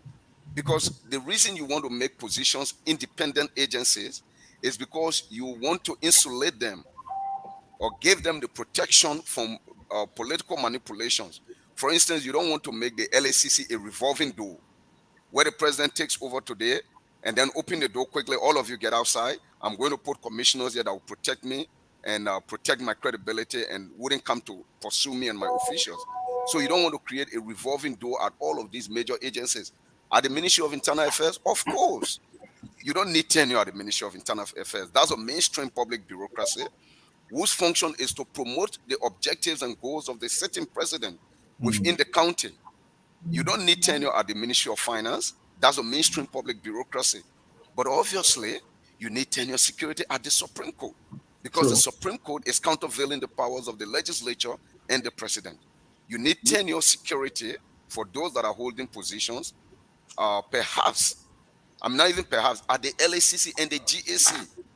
Who knows? Maybe I'm not saying I don't want to buy into the conspiracy theory that auditors were killed here. Who knows whether they were being killed because they couldn't be removed? We don't know, but we should not buy into that conspiracy. So I'm just saying. But those auditors, yeah, they didn't have tenure. I think they didn't have tenure, right? No. have tenure, the officials still do. But I wanted to go back to Fishers because IAA does have tenure. Yeah. they had, Yeah. right? Okay. So the question he raised about fisheries, I think we talked about it depends on the mandate. Looking at fisheries' role with maritime, with the Coast Guard, the regulatory role that they also play. I think that's again going back to the act. We can look at that, but I think that's why it's important to also keep them independent and also keep them with tenure. It's also a high revenue or should be a high revenue generating agencies. Most high revenue generating agencies also have tenure because you want to keep, as you were saying, that Kev, they're consistency. laughing. Why Kev laughing at this particular You topic? can Because Maria you defending can that fishery for you. you can't So have you can't have a quick turnover because sometimes of course with these high revenue generating agencies and also regulatory bodies, sometimes there is required that they have tenure and independence. Uh, the whole concept of tenure is independence and autonomy. exactly. When Exactly. people don't have the independence and the autonomy to make decisions to run an institution and they're subject to will and pleasure, it affects the country in the long run. And so it's to Exactly. take away the will and pleasure component because the president's appointments, most of the president's appointments are will and pleasure. Yeah. So there are certain appointments that he would make because he's supposed to appoint to the executive. You can't have the judiciary appointing to the executive, but the lawmakers appointing the executive. But there are certain component of the executive which they call the acts, agencies, and commissions that are supposed to have tenure, but the president must appoint to them. So even though the president is appointing to them, you don't want them under his will and pleasure. And that's why Excellent. tenure is there to give them autonomy and But, to give them but independence. let me And comment. that's where some of these institutions come in. Have the fishery So always let me been the? Let me come on my second question, Doctor Man. Have fishery always been the turner position? well, fishery is new. It was started That's where you see some problem right yeah, there. the fishery act actually was passed around 2017, Yeah. 2016, In fact, this 17. government is the first government that has really. Yeah, and Yeah. so it is new. So we have to access, give some valued evaluation to what tenure has done in the first 5 or 6 years. But let me come to some historical context. This entire debate about tenure, people holding tenure positions, started in 2018 when President Weah took over. 2 weeks into his inauguration, he invited the Governors Commission to make a presentation on the state of reform. And I was fortunate to have been selected by then acting chair Otelo Gonga to be part of the delegation. And around the table at the executive mansion, President Weah posed a question. He said, we're about to appoint our people, but every agency we go to, for instance, LACC, Maritime, every agency we go to, they say the people have tenure. Why we can't appoint our people to the positions? So we were two that responded to the question. Councillor Bono Vama, who's now the Secretary General of the Bar Association, and myself. And we informed the president that currently the president of Liberia has over 2,000 positions to appoint to. And outside of the tenure positions, you can appoint all of your people to these positions and you can still run an effective government. And those in tenure will only help you if you give them more resources and you allow them to function independently. There were people around the table in the president's cabinet who said, Mr. President, those tenure positions were created to give people to protect friends in job. And another person there said, Mr. President, if we are not satisfied, let's go ahead and appoint our people. Whoever feel cheated should go to court. But we're going to, and that's the advice they gave the president. And we told the president, Mr. President, don't proceed that way, because they would have appointed people to election commission, LACC, GAC, the GC, and all of these agencies, and remove people who were in tenure. And that very year, they started to do that, to do appointment in tenure positions. Some of them went to court. But then they speaked when Isaac Jackson, the then maritime permanent rep to the IMO. to IMO, went as far as the Supreme Court trying to protect his position. But then he lost that case because there were some legal technicalities. But then there was a lady at the National Lottery whose case she took to the Supreme Court, and she won the case against the presidency. So that was the beginning of the embarrassment the president faced because of ill or poor advice from his immediate cabinet.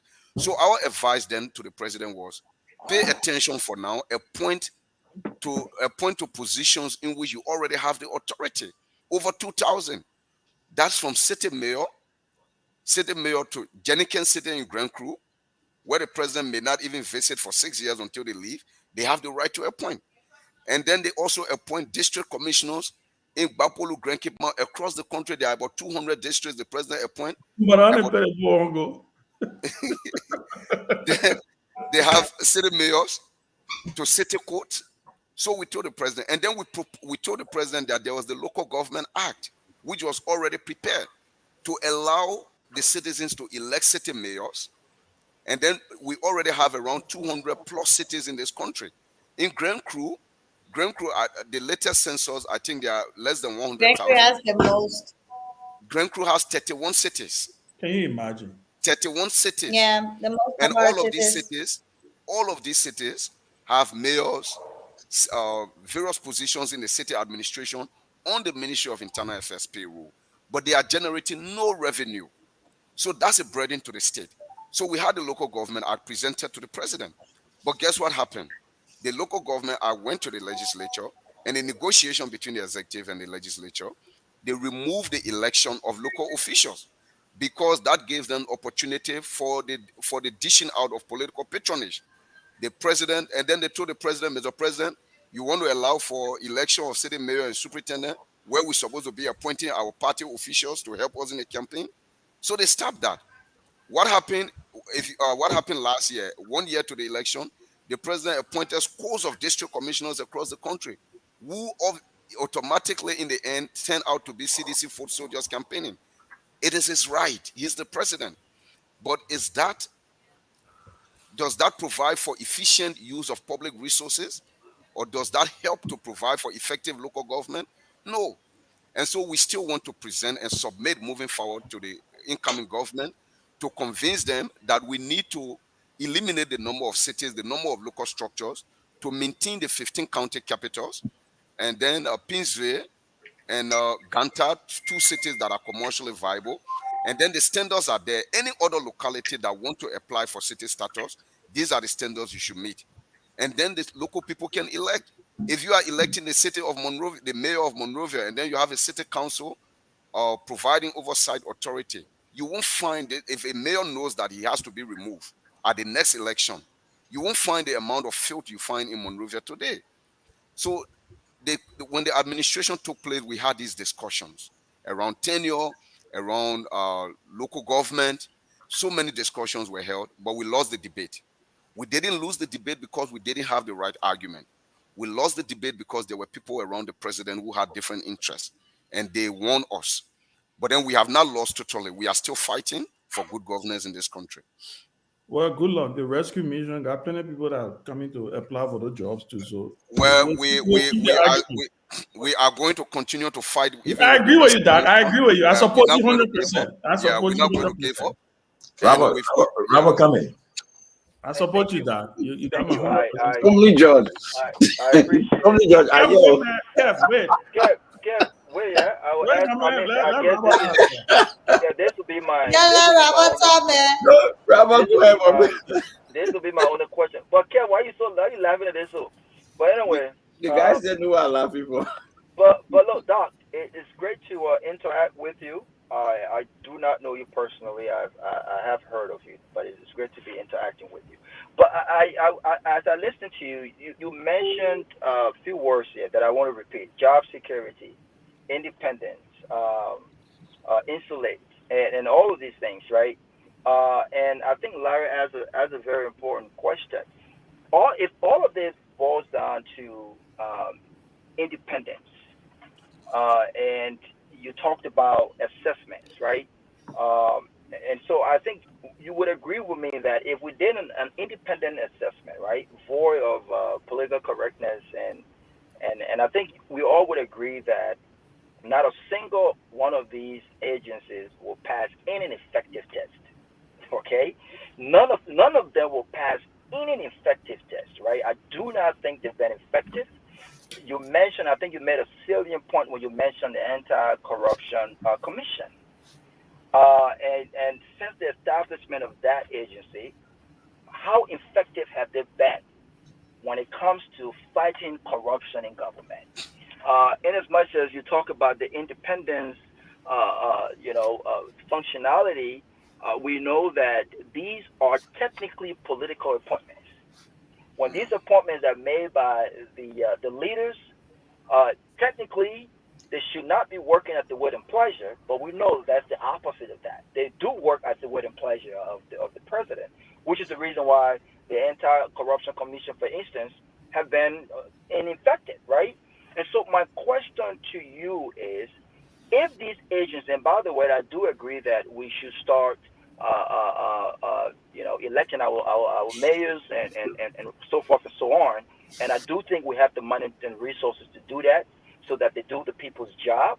But if all of this boils down to independence and this effectiveness and everything else, if these have not worked, my question to you from a professional place, how do we proceed?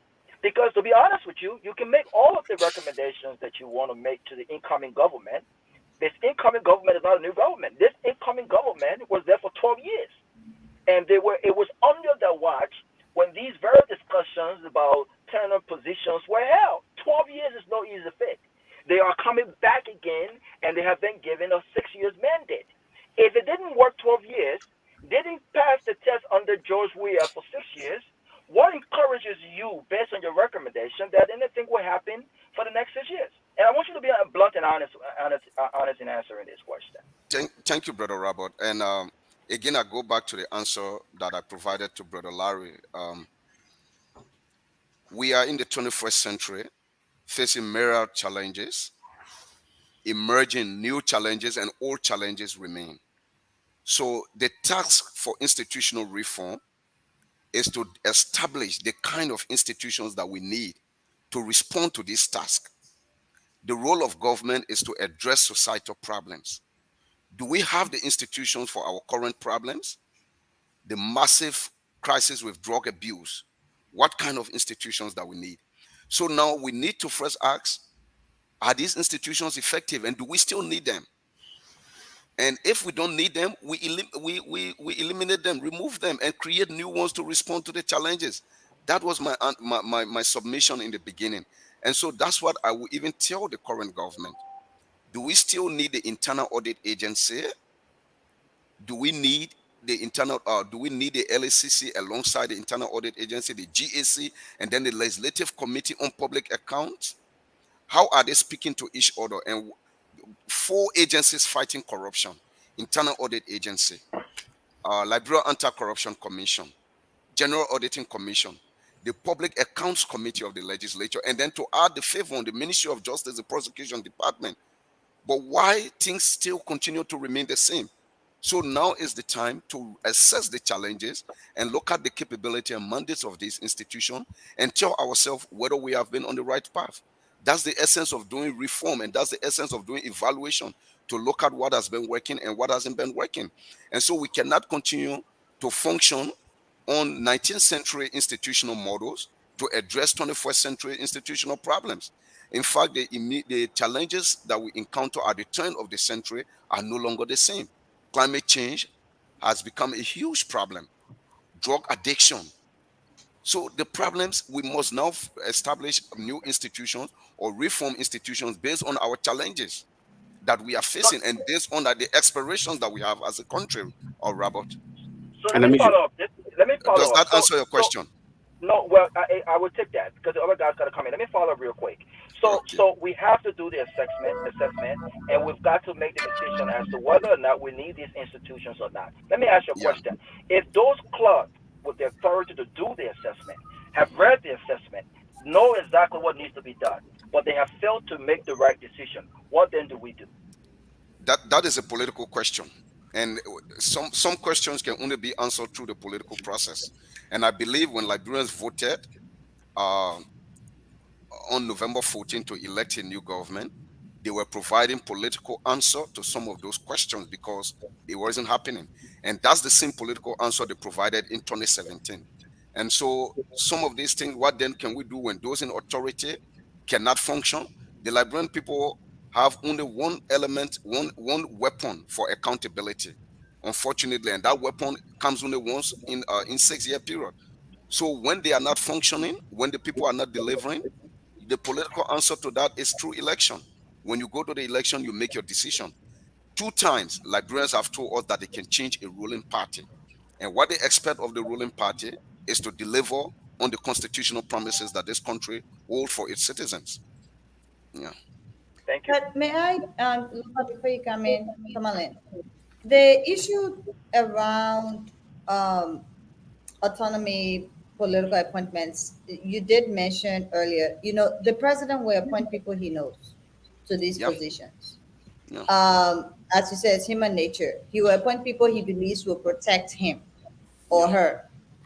The president will appoint someone who they believe will have their interest and that of their people around them, right?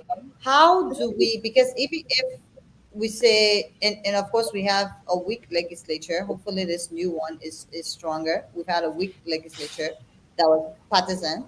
How do we then say, for example, regardless of what we do, once the president is the one appointing to these positions, there's some kind of affinity there, there's some friendship Exactly. there, there's some expectation of protection there. So do we then say, like, for example, the way they elect attorney generals in the US, do we put up these positions for elected positions like we put up for mayor? Do we have the funds and the resources to elect heads of our integrity institution? Or maybe even if we're not electing all of them in different elections, maybe we elect the leadership of the commissioners on one ballot. So you have a group of five that are Good. up for elections and a group of five and you elect that five or whatever. My point is, because of the relationship that will exist between the president and whoever he or she appoints to these integrity institutions, it makes it a tad bit difficult to expect one 100% total autonomy. And also, the appointees are still also dependent on the president and his Ministry of Finance for, as you mentioned, their budget to operate. So if they don't want to be lame ducks, if they don't want to be appointed to positions that they cannot operate effectively because they're not getting the budget that they require or need from the Ministry of Finance, then they have to go back to suck up to the president and Minister of Finance, who also works for the president. It becomes Yeah. a vicious cycle. So, Exactly. what do you think is, going forward, some of the recommendations, maybe to the incoming and saying, okay, if we're going to be looking at putting up mayor positions for elections, do we put up integrity institutions or heads of integrity institutions for elections as well? Because then they know, like lawmakers, they're accountable to the To people the people. and they Exactly. have this, autonomy and independence that's not tied to the relationship or friendship or proximity or partisanship with whoever is the president. Thank you, Moriah. And like you started with your premise, obviously, if I'm appointed or I'm elected to a position and I have the authority to appoint people, I will go after who I know. It's human nature. For you now, if you are the president of Liberia, I believe you will call me and ask me for my CV. And so no one will hold that, no one will hold that against you because you will be going after people We've that you come a know. long way. Yeah. So this is it, Moriah. What other countries have done and they have proven to be successful. For instance, Namibia, for their integrity institutions, you apply openly, the vacancies are out, you apply, and then you apply to a technical committee made up of civil society, members of the legislature, and other organizations that review the CV, and they send the long list to the legislature, to the parliamentary committee. And then this parliamentary committee will scrutinize this list and then select three persons and send to the president. The president is compelled to select one from that list of three. So they gave you option. These are the people we have selected based on the merit-based process that has been established by the law. That's how they select the election commissioners of Namibia. That's how they select the public prosecutor of Namibia. Let's come to South Africa, how they do it. South Africa does it the same way, but for South Africa, they call open parliamentary section where you face an interview in the parliament. This was why the public protector of South Africa a few years back, Professor Tudi Madusila, told Jacob Zuma, indicted Jacob Zuma, and told the parliament to hold Jacob Zuma accountable for money that he personally used to build his private estate. And that was part of the process that led to President Jacob Zuma's downfall, because this woman was selected through a That's merit bill. She was sorry to selected. interrupt, but that process is in the current LCC Act, right? I Yes, believe there's some that's what we have committee. started. We have Right. started something like that. Okay. With the new LACC Right. Act, it holds some promises for some independence, because you are going to apply to an independent committee, scrutinize you, Correct. the legislature scrutinize you, the president appoint you, then you go back to the legislature. So it saves, I mean, it will help us save a lot of money instead of holding public election for LACC commissioners, public election for GAC commissioner, public election for integrity agency, I mean, national audit agency commissioner. So open the process, establish an independent committee to review the nominations, I mean, the applications, go back to the legislature review, submit names to the president, then the president appoint. So it goes through a thorough process of assessment. So South Africa, So my all last of their question. institutions, it's called the Chapter 9 institutions. That's how they select the commissioners. And so they are able to exercise some level of independence. I'm not saying that they are perfect, they are angels, and they cannot be No, of course not. manipulated, but to some degree, they have some independence that they're able to project. Yeah, the last question, Morayo. Yeah, these integrity institutions. This, I mean, I'm not. I have my first degree in economics, but I wouldn't pretend to know finance or econ as much. But it seems we're having some of these integrity institutions overlapping. So, for example, you have the IAA and you have the GAC, the internal audit and the general audit. Is it part of the recommendations or plans to kind of put some of these institutions together to work under one, or is there a reason that we're separated in the first place? I mean, you would know, Yeah. um, giving your experience with these governance institutions, to Yes. minimize not just the number of agencies and institutions, but also to ensure effectiveness, and just have, if it's auditing, every body or every institution on the audits or responsible for audits will be under this audit institution and stuff like that. Is that something Okay. that's part of? Yeah, so some are overlapping, but the GAC and the RAA may appear to be overlapping, but they are not. They have separate functions. The RAA is for prevention and compliance within the entity. The GAC is after the action. They come to audit. So the RAA is there before you do a procurement. They are there to make sure that you follow all of the rules. So by right, the RAA staff in the agency, deployed to the agency, should have they have the authority to stop the head of agency from making certain purchases and certain procurement when they feel that the compliance mechanisms, the PFM law, the PPCC law are violated. They can stop the purchasing. So they are there for institutional internal prevention and to compel compliance. But then the GAC comes after the event to audit. So the GAC is like an external auditor. So we need both. Do we need an internal audit agency? That's the next question. But does each agency need an internal auditor? Obviously, every agency needs an internal auditor to be able to make sure the institutional processes are followed when they are doing public procurement, when they are doing expenditure, just to ensure that compliance mechanisms are enforced. That's what they are for. But then it comes back to the issue that we're still having with the integrity institutions. If we're saying that each agency needs internal auditor, right? And then okay, we have an internal audit agency that actually seconds auditors to these institutions. Because I know Mm, when we're at the Ministry of Labor, we had an internal auditor from the exactly. IAA. So you have them coming in and doing what they're supposed to do, as you mentioned. But if we're saying, do we need the internal audit agency, and say, okay, no, we don't need the internal audit agency, let each institution hire their own auditor, but then it comes back to who's hiring the auditor. So if the minister proper has interest in that auditor, or the HR or deputy minister or whoever has interest in an auditor and hires them, that auditor then feels obligated to do the bidding.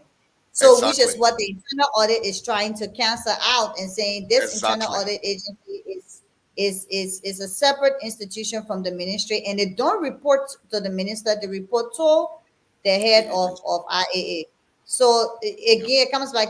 I think what we're saying is we do need the IAA, Yeah. because if we do need auditors, then we can leave the ministries to hire their own auditors. Sure, sure. So that is it right there. Once we have the IAA, to whom the auditors report, and then the IAA annually gave compliance reports to the ministries. So if they just listen to the internal auditors, most of the flaws will be corrected in the agency, and by the time the GSC comes, the work is done. Because the IAA auditor in the agency is telling you that you cannot pay anyone without a signed contract between you and the person, or without the person having an appointment letter. You cannot pay them. And you cannot pay for a good without voucher and without justifying that a bidding process went on. And these are the questions that GAC come in the end to ask you. But if you just follow them during the process, so it's a continuous process the IAA is doing to make sure you don't violate the law. And then when the GAC come, you get a clean bill or a clean audit bill. But most of them, sometimes they see the internal auditor as some NSA security on them. And then, yeah, yeah. Keff Hassan. Oh God, how are you, that son? Yeah, that's the Yes, right sir. way. Yeah. Yeah. Okay. Yeah. Let me just ask you this quick. The new LACC law, it's not toothless, right? Well, I think it strengthened the LACC to some degree. And previously, the LACC didn't have direct prosecutorial power. They needed to submit their investigative report to the Ministry of Justice. And then the Ministry of Justice had 90 days to prosecute. After 90 days, without prosecuting, the LACC could pick up the case now and prosecute. But because of tough struggle over time, even during President Salif's time, and I remember there was a serious tough struggle between when Benedict Sano was minister and the LACC. So there was a serious tough struggle. Due to that tough struggle, LACC was not prosecuting. And then the LACC was also saying, even if the Ministry of Justice is failing to prosecute within 90 days, we don't have the money as LACC to go to court. So, but the new law, I think it gives them direct prosecutorial power. I have to check that, how Yes, many you're days they correct. have. Yeah, You're it gives correct. them direct prosecutorial power. And then it also allows for an independent recruitment of the commissioners. Previously, the president will wake up in the morning and just appoint commissioners to the LACC. And then the legislature will confirm them. I mean, based on their power, confirm or deny, but most of them were confirmed. Now the LACC commissioners have to apply. A technical committee assess the application and submit the list to the president, and then the president announce the nomination, then the Senate confirm. So if you, as an individual, a Liberian citizen, selected based on merit, and then you go through this kind of process, and after everything face a Senate again, I don't know what will make you to undermine your own authority, because your position is not based on any patronage. You didn't have to sing a battle cry to be appointed. You had to submit a CV, a detailed CV, go through interview. So I don't know what will motivate or what incentive will drive you towards partisan and biased behavior at an anti-corruption commission, having gone through such a detailed, professional, and merit-based recruitment exercise. Yeah, okay. So we agree the LACC law it got more strength than the past LACC law under Sure. the unity party government. Let me ask you this question quick. The president doesn't have absolute power to abolish tenure position. Is that correct, right? No, the president doesn't have absolute power to abolish any law. Tenure positions are inscribed in laws. Right. And for them to be changed, it has to go through a legislative process. Right. But the president has power to initiate a removal proceeding against a tenure official who violates a law. Who violated a law? Okay. A tenure official who violates a law while in their office. For instance, they tell you that you can only be removed for cause. In most of the laws, they don't define the cause, but then they say prove misconduct. So a due process, only a due process can establish that this person has violated their office. And for instance, I hear maybe on social media and some radio stations, the people in the incoming government suggesting that they're going to remove some people in tenure. They just have to establish why they are going to remove them. You're not going to remove anybody only because they are from the other political party.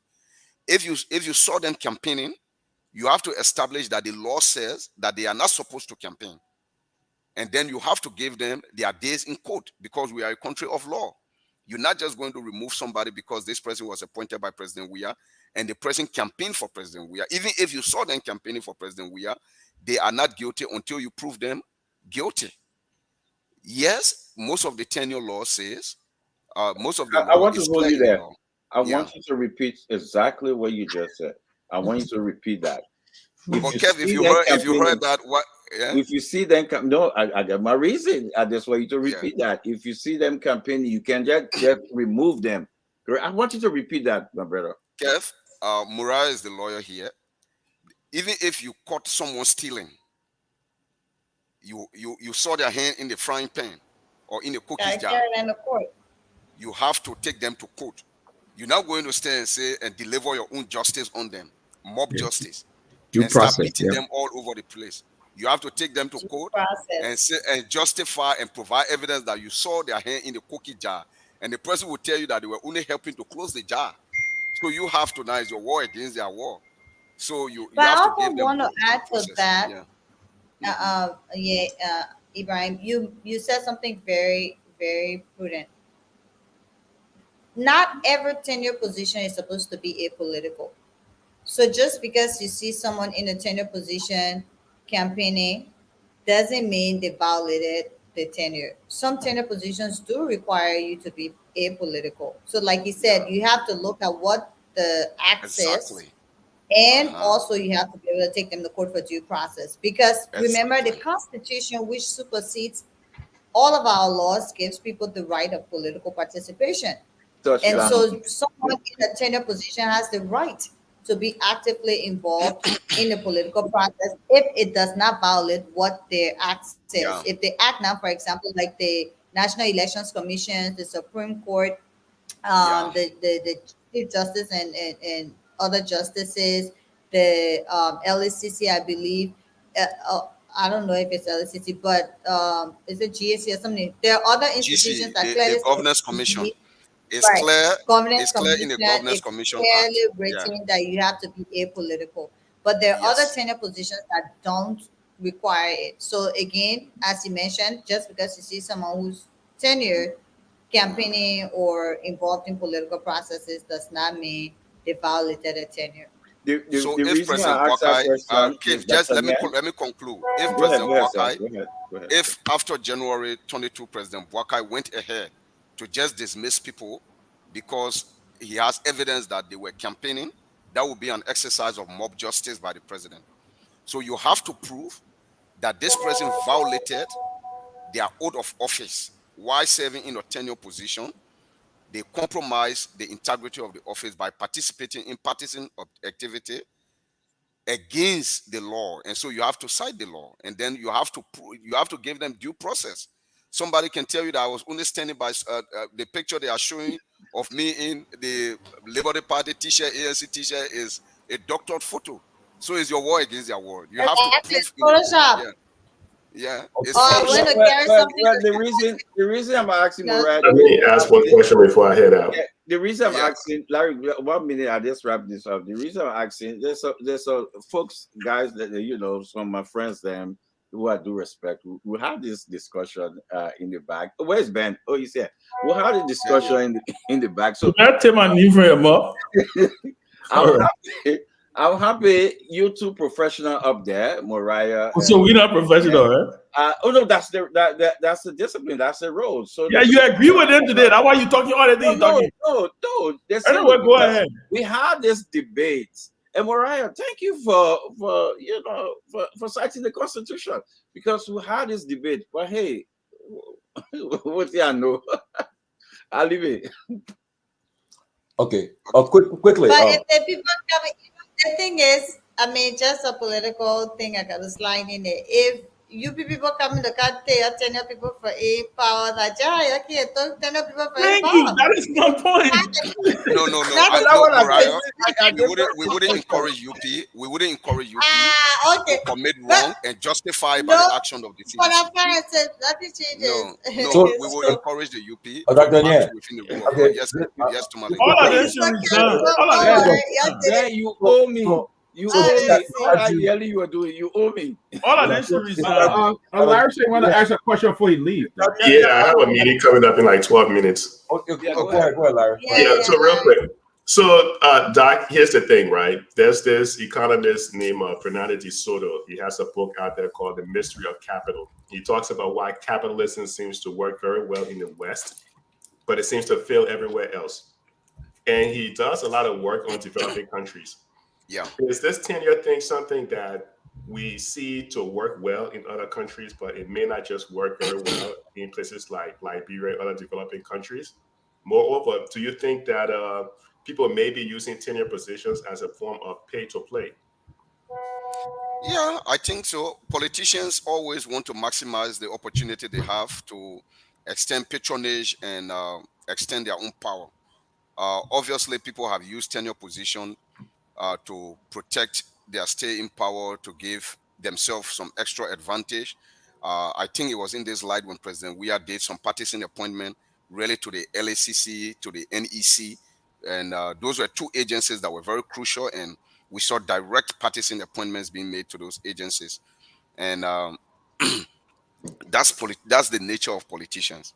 And okay, great. That's the nature of politicians. So I have to hop into a meeting real quick. Yeah, so Larry, thank you for very brilliant questions. But at the end of the day, what we need to do now moving forward is building strong countervailing institutions to be able to counter-check some of these excess powers that politicians want to exercise.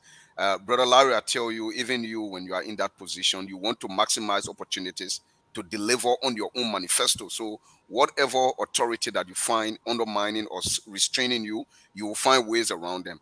But when the institutions are there, they will stop you and then compel you to go by the rule of law. I swear that you almost say you don't want to squander opportunities. Yeah, quickly, right? The statutes at these tenure institutions, do they override the presidential power in the Constitution, like in Article 56? The statute at these tenure institutions, do they override the presidential powers? No, I think the Supreme Court ruled the Lotto case, the case with the National Lottery, based on the Supreme Court assessment, I don't think it suggests that it overrides the president's power under Article 56, because the same constitution gave the legislature the right to establish agencies for the functioning of government and to make provisions for those agencies. And if the legislature went ahead using that power and established an agency and gave them X, Y, and Z powers with certain incentives, tenure is also an incentive. With certain incentive, I don't think it overrides the president's power to appoint and dismiss. Okay, last thing. There are a lot of tenure people watching this show. You the host now. Why you I beg you. There are a lot of tenure people watching this program tonight, and they want to put this question there. Now, how can you allay the fears of tenure officials now? That because the questions of the issues have been coming for that job. People have been saying, well, people be running to honestly. I won't call him, but when lawmakers say, look, my position is on somebody won't take my position from me. Yeah. I got 2 more years left on my tenure. I got 6 months or whatever the case. How can you allay their fears tonight? Say, look, that they are I know you're not the president, but you're talking a lot, making a lot of sense tonight. How can you allay the fears of these people that there should be no reason of fear? Because another one is that when you're dealing the governance commission, some people say, well, if they want to remove me from my tenure position, pay me off, pay me my remaining years on my tenure, 200,000 or 300,000, I can go. How can you leave their fears tonight that they are listening to you, watching? I understand someone that already getting I think to go. I think for people holding tenure, for people holding positions that are tenure under the law, once they are delivering on their mandate and they are not violating the law, I don't think they should worry about losing their job when their tenure hasn't expired. I don't think we should talk about those who are holding tenure. I think we should talk about the president, to embolden the president to rule and govern by the rule of law. If someone hasn't violated the law, they should not be removed from their position without a justified cause and without giving a due process. And those hawks in the Unity Party, we should encourage them that the campaign is over. They should now focus on the key task of governance. The hawks, the fighters in the Unity Party. So we should tell them that you cannot. The campaign is over. You can continue to fight after the election. You have a key task of governance. So they should now focus on that task, and only if, when it is necessary and justified by law, that someone can be removed from that position, then the president can act. But the president's action is not to just sit in the executive mansion and say, Mr. John Paul or John Brown, you are removed. It should be a judicial process that establishes guilt, so that the person is convinced by themselves that they violated the law. And so this is the sanction that comes with violating the law, is a removal from office, maybe suspension. I don't know in which cases they provide for suspension, but everything should be done in line with our constitutional principle of the rule of law. Let me come in one question here. How will you measure the success of some of these tenure areas? Because some of them are not even bringing anything into any kind of revenue in. They're just there, and folks are just getting crazy salary, and they are not even bringing anything in. They are not bringing nothing to the government budget, and they're just sitting there getting free money. How do you guys measure the success when it comes to these tenures? So some of them, not all agencies of government will bring revenue. Some are transformational agencies. Some are meant for stability, and they have various functions. Some create the condition for the revenue agencies to collect the revenue. So, like, we were sitting at the Governors Commission, and people will say, oh, they're just sitting over there pushing paper. You can't see them doing nothing. Of course, the Governors Commission is not public works. A lot of them. I mean, he has a wealth of information, though. We just messing with Dr. That's all. So, but Mariah, the Governors Commission is not the work they did. We know the work. The Governors Commission, the Governors Commission. Explain that to a country of almost 60% illiterate people. Thank you. No. We're not writing textbooks. We're writing policies to shape the government. So we're not Ministry of Public Works to be in the street and then everybody see us with shovel, with yellow machine.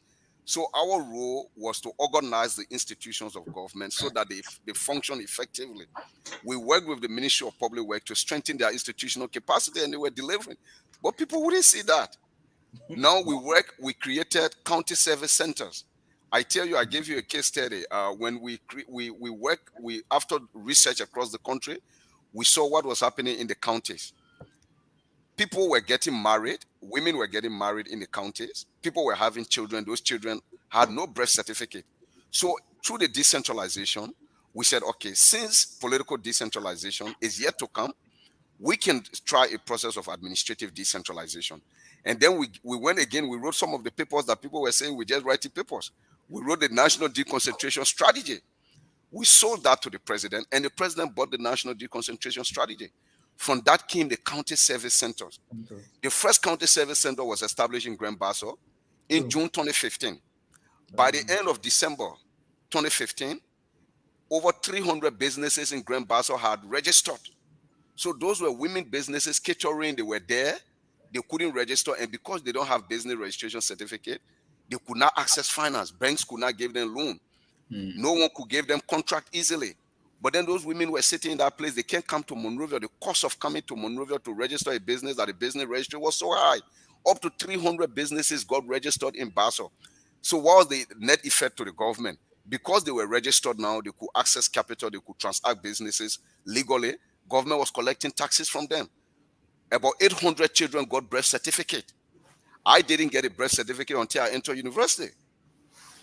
Because I was born in Bomi County, you couldn't get birth certificate there. You have to come to Monrovia to get birth certificate. I was in university. When I first wanted passport, that's when I got birth certificate. How many Liberians going through that? But now it's not the case. Because of the work we did, 800 children in the first 6 months in Basel got birth certificate. And then there were 300, not 300, about 225 marriages were registered. But most of those women, when you ask them when you got married, they will tell you 1990, 1995. But they didn't have marriage certificates. So they didn't have protection. So that's the kind of work we were doing in the background. But we didn't have yellow machines. They said the people that But let me, I want to. So yeah. Quickly. Yeah, quickly, Dr. Nan, thank you. And I'm enjoying the conversation. Now I see you say you were born in Bomi and you didn't have birth certificate. Now I see why Keff don't have a birth certificate. You are too. So can I excuse our boy Marable? But at least you end up getting yours. He staying get his here. We stay in the way you were born. But anyway, it's okay. No, but it's a great discussion. You know, for me, I see what Dr. There is so intelligent. I knew you were about to say that the reason you're so intelligent and solid because you're from Bomi. So you seriously don't have birth certificate? Yeah, nobody. Get passport. That's the question I wanted to ask. No, but in all fairness, let me say this. I think you are absolutely right. I think we can laugh around and say, but there's a point where this thing has to stop, right? Exactly. And I think the Unity Party government has a responsibility because they campaign on a lot of these things. They felt that the things that were done in 2017, in 2018, and it's just fascinating to see that some of their people are peddling some of these same things, that they ran on to say that they were coming to change. So I totally, well, no, I'm not. I want to share the same optimism that Dr. Nier has, but I will lean on him for that. Let me ask you this question: right now, right? If when it comes to the issue of all of the work that was done at the Governance Commission, and you guys did an excellent job. Dr. Sawyer, I think. You guys, listen, God bless his soul. May he rest in peace. His contribution just didn't stop at interim president. For him to leave from the presidency to come down to be governance commission chair and do the kind of work that he did, I think that's the reason why he still holds a special place in our country's history. How do you, what kind of, and this is a question for you directly. What are you going to be doing? I know you do a lot of work with the Amos Sawyer Foundation. Are you going to be a strong advocate for these things to get implemented? Is that the kind of role you envision yourself playing in the new, within the new administration? With the new administration? Because there's a lot of things that you just talked about here that we all talk about, but we don't even know that these things are already sitting down waiting just to get implemented. We all make all this noise about information ministry. Let's get rid of information ministry. Let's do this. You just said there is a plan that was submitted to the cabinet in 2013. Tourism. Oh yeah. The tourism. There's something I've been saying over and over. You were speaking just now. I actually texted the new speaker, and I said to him, I hope you're listening to the closing argument because all of the things that Dr. Nier is talking about, these are legacy things that you probably may want to take on and work with the president, and the country can remember you for that. So I want to know what kind of role you envision for yourself in this new dispensation. So when I came back to the country, at that time, Dr. Sawyer was alive, and I was trying to define my own role in the space.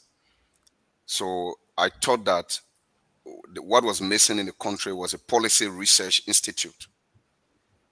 We have the civil society advocating, we have the consulting firms, but then we didn't have this institute that would bridge academia, policy, practice, and advocacy. A think tank. So, yeah, a think tank, exactly. Yeah, a think tank, great. Yeah. So some friends I called some friends together and we established what we call now the Duco Institute for Social and Economic He didn't call Research. me because in politics. No, you obviously couldn't. I couldn't call you, but when we were doing the work, I invited you. I said I wanted you to help me do this with your political leader. So I still lean on you at some point. Yeah. So we established the Duco Institute for Social and Economic Research. And these are some of the things that we are going to be lifting up at the Duco Institute, supporting with policy research and advocacy, doing the research and advising the incoming administration, particularly agency-specific recommendations. The Ministry of Finance, the Ministry of Internal Affairs, we want to work with them to strengthen the county service center, particularly because most of the county service centers actually are closed. They haven't been working because they don't have money. And so what is happening now at the county service centers is extortion, because the public got to know about the service center. Birth certificate for children at the county service center is free. For children under 12 is free. So because now they are not producing the birth certificate at the center because most of the machines have broken down. So citizens do go there for the services, and the staff sitting there, they will tell the citizens, I have to carry this thing to Monrovia. So you have to pay my way. And so if you are collecting, for instance, marriage certificate, and you pay the traditional marriage certificate, maybe it's $25. Then they will tell you, because I'm going Monrovia for this thing and coming back next week, you have to put extra $20 on it. So if you collect this transportation fare from 20 other persons, so sometimes they are sitting in the county for 1 month collecting all of the applications, then they come to the head office and then spend another 2 or 3 weeks processing all of these and take it back to the county. So it is creating incentive for extortion of the citizens and then delaying services. So we intend to work with the incoming administration, give them some recommendations on strengthening the service center. And some of the recommendations already, I did a study for the World Bank on this 2 years ago. Some of the recommendations is to retain some of the resources that are generated at the service center, to retain them in the county, to keep the generators on. Those are the problems. When a computer breaks down at the service center, nobody to repair them. Sometimes they don't even have printers. So the recommendations are retain maybe 10 or 20% of what people pay for driver license, what they pay for marriage certificate, retain them in the county to continue to provide the services, to pay for administrative and other logistical costs. And then we are also trying to push the political decentralization. There's already the Local Government Act, but then they remove the element of election. We want to push that. So the role I find, the niche I've identified for myself at this stage is to support with policy research and advocacy and produce more policy recommendations for the government and work with partner agencies in the government that are willing to drive policy reform. And then at some stage, we want to start training mid-level civil servants in policy research and other elements of monitoring and evaluation, provide training for them so that they are competent enough to deliver on their responsibility. Even though they may be trained, they have the degrees, they have some competency, but we want to do some specific agency-specific and sector-specific training for some of these agencies moving forward. And I think I can deliver in that sphere far better than I can deliver in government. So let me ask, let me just piggyback on your response to Benjamin's question. And it's been fascinating. There's no doubt. There are a lot of information that you share here today that I didn't know existed. Like Ben said, myself. There are a lot of things that that the work is being done, and you kept what you did over the last 6 years. The implementation, all of that.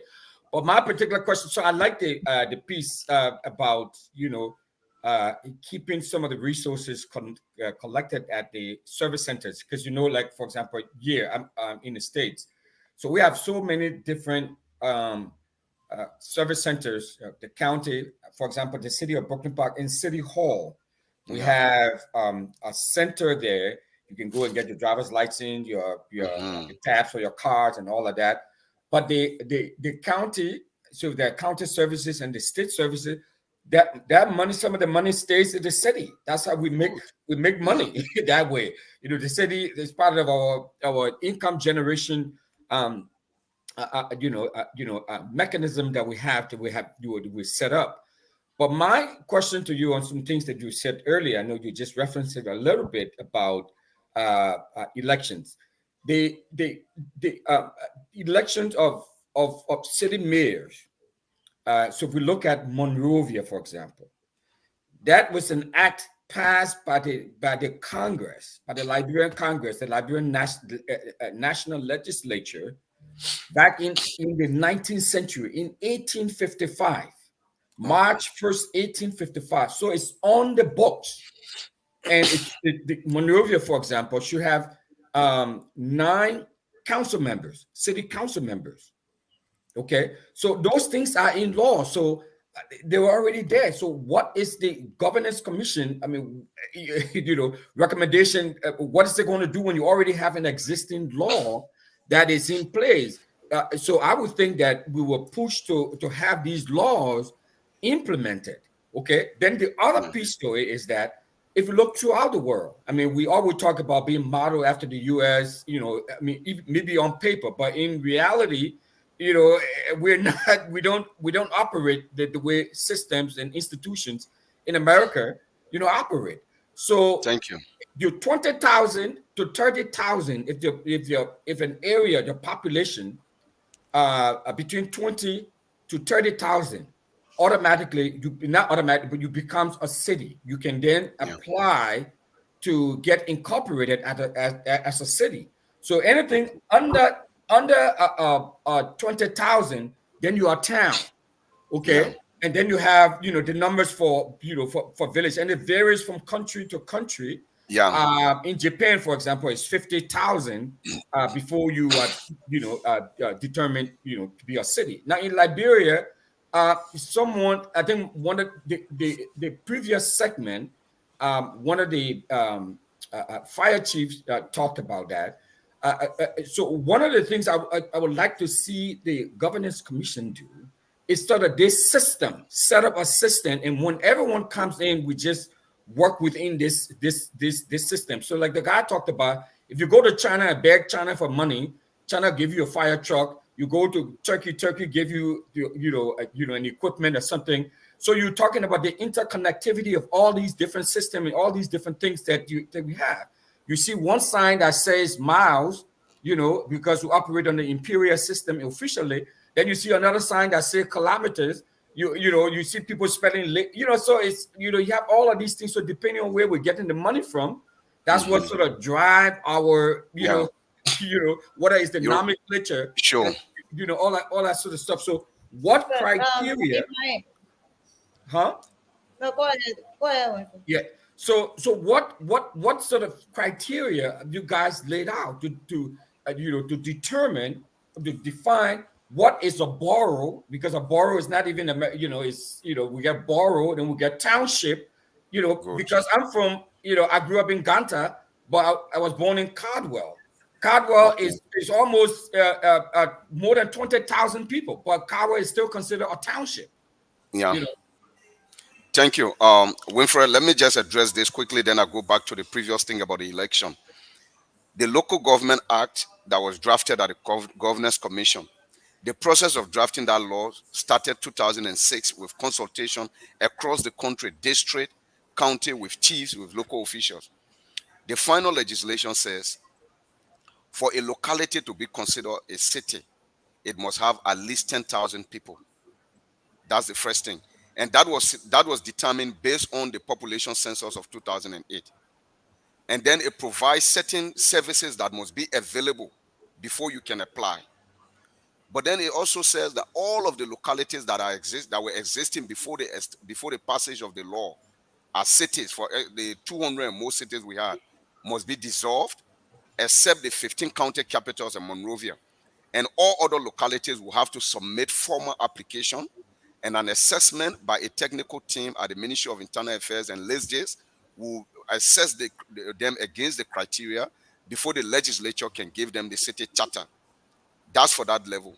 The criteria is there, but I tell you, even though the law is passed and the law even eliminates what they call statutory district, we have a cumbersome local government system. You have statutory district commissioners, statutory district superintendent, you have district commissioners. And you go in one locality, you find 3 persons living there. They all have different authorities and they are fighting each other. A tough struggle. Even though this law is passed, even last year, the legislature was still creating new localities. And who leads these things? Is the lawmakers in those areas. They lead these things. And then they push to the president to appoint people in those places just as a means of distributing patronage. Now, let me come to the election. City mayors. But before that, yes, Mariah, quickly, please. Let me end my thought on this. Okay, please, let me end my thought on this. You talk about the Monrovia City Charter, which called for election many years back. But then the 1986 Constitution gives the president the power to appoint officials of government. So let me tell you the controversy. What happened? When President Sirleaf was elected in 2000, when she took over 2006, the opposition CDC and Liberty Party were already mobilizing for the Monrovia City mayor position. Mm-hmm. They were preparing for that election, and the national election, the National Election Commission was also preparing to organize that election. They did an initial assessment. When President Sirleaf heard that the Liberty Party and CDC were preparing candidates for the election, she wanted to appoint her mayor. Liberia is an outlier. No, but let me give you the fun of the story. So President Sirleaf tested, and she went and appointed a mayor in Zredru. And when the Liberty Party knew that the appointment of the mayor in Zredru was a test case for appointing to Monrovia, they went to court to challenge the appointment in Zredru. Both LP and CDC. LP and CDC went to court to challenge that appointment that she didn't have the right to appoint because they were waiting for election. But then the Supreme Court ruled that because Article 55 or 54 says the president shall have the right to appoint superintendents, district commissioners, and other officials of local government. Other officials of local government. So the Supreme Court interpreted that other officials of local government as including mayors.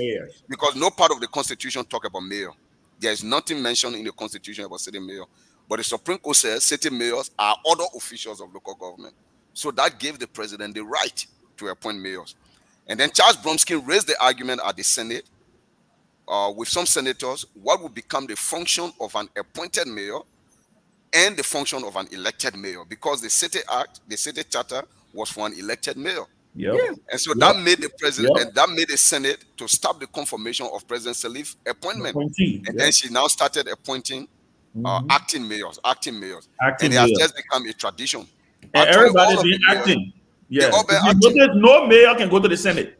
It's because of that thing. So when we went for the constitutional reform, one of the proposals at the constitutional reform, the proposition was to elect superintendents, district commissioners, and city mayors. The citizens approved that because we needed to change that provision in the Constitution. But the legislature removed that. So they didn't submit that to the referendum. So we are still a long way to go with our constitutional democracy. Mariah, you can come in.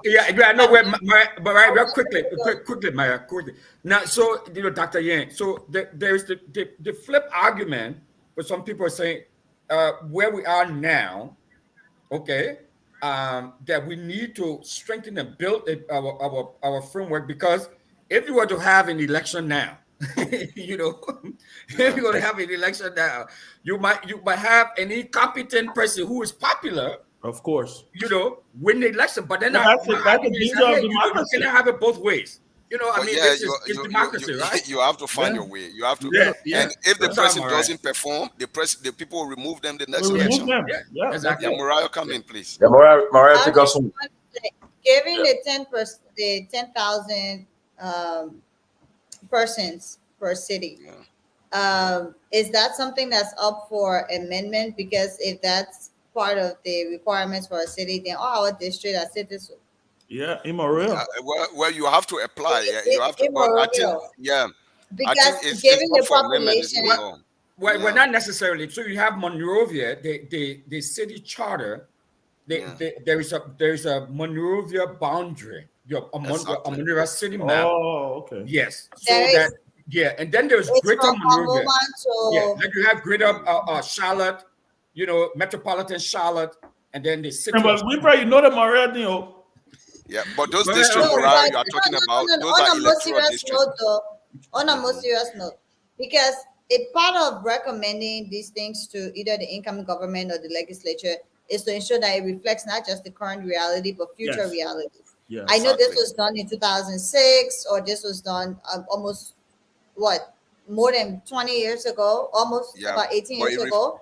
The it was informed by population, the population census of exactly, then, 2008. So we have a new right. census now. So Yeah. we have a new census, and it's important that either we amend the act, and Yeah. definitely the population given, because even District 10 alone is almost 50,000 people. So Yeah. if we're saying that, for example, instead of Monrovia, I know the boundary because when I worked at MCC, we had a map starts from Vamoma. Then you have District 10 and other areas that are very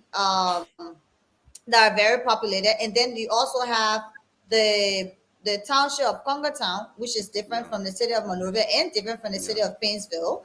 That also has more than 10,000 persons populated, and of course the Brewer of Newtown has definitely exceeded the 10,000, and the A long township of time. Caldwell, as you mentioned. So all of these things just within Montserrat itself, there's a need apparently to go back to the act and either amend it to reflect current and future realities, because we've Exactly. really exceeded that 10,000 percent. Sure. That's what I Sure. wanted to mention when you're talking And about it. added to that also is the electoral districts that no longer represent the reality. So The at the Duco realities. Institute, we at the Duco Institute, we wrote a policy brief on the extent to which some localities will be underrepresented. For instance, you have River G, which has a total of 37,000 voters, the entire county. Right. But they Mhm. have three There representatives are coming to three the house. representatives. But you Yeah. have district number 4, Montserrat County, 82,000 voters with And one get one. Right. representative. Can you One imagine? representative. Yeah, so we need to go back and look at our Revisit. population Yeah. distribution and do redistricting. For Okay. instance, the Constitution calls for 20,000 voters, but in 2010, the legislature and the executive mansion had a compromise because they thought some counties will not have sufficient Wow, Alexander lawmakers. Sharif. So Jesus. they had a compromise. So we had a policy Mhm. brief that we wrote at the Duco Institute, and we provided some recommendation calling for constitutional referendum on this issue. Yeah. Yeah, I can. Let me Wow, say man, this. this is so interesting. So, Dr. you guys are the one who were behind the Up your scene. alley. Let me just make this announcement. I mentioned earlier the speaker was watching.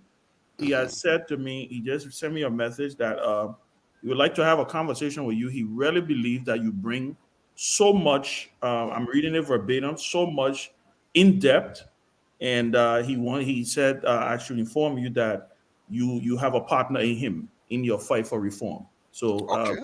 I think Thank you so much. you have a Dr. Thank chance. you. Thank you. Have a chance to reach out and speak with him, and you guys can work together. I think after the inauguration, but he's very clear that Okay. you have a partner in him. Yes.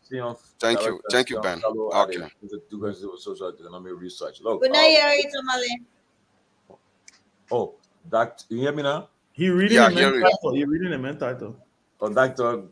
Ibrahim Al Bakri Nye, Director, Sion Fellow, Duke Institute of Social and Economic Research. I want to say thank you so much. You have Thank you. done a whole lot for us today, and people have been watching you. We're getting a lot of messages here.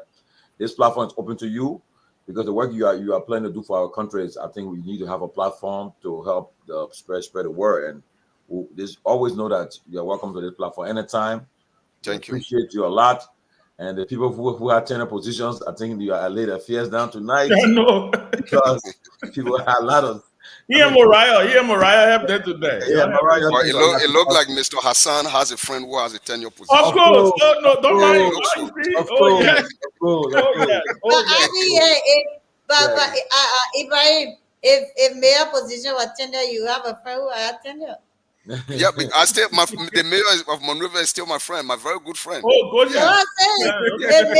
If mayor or tenure, you have a friend who has tenure. Yeah, that's true. So my friend is losing his job because the mayor position is not tenured.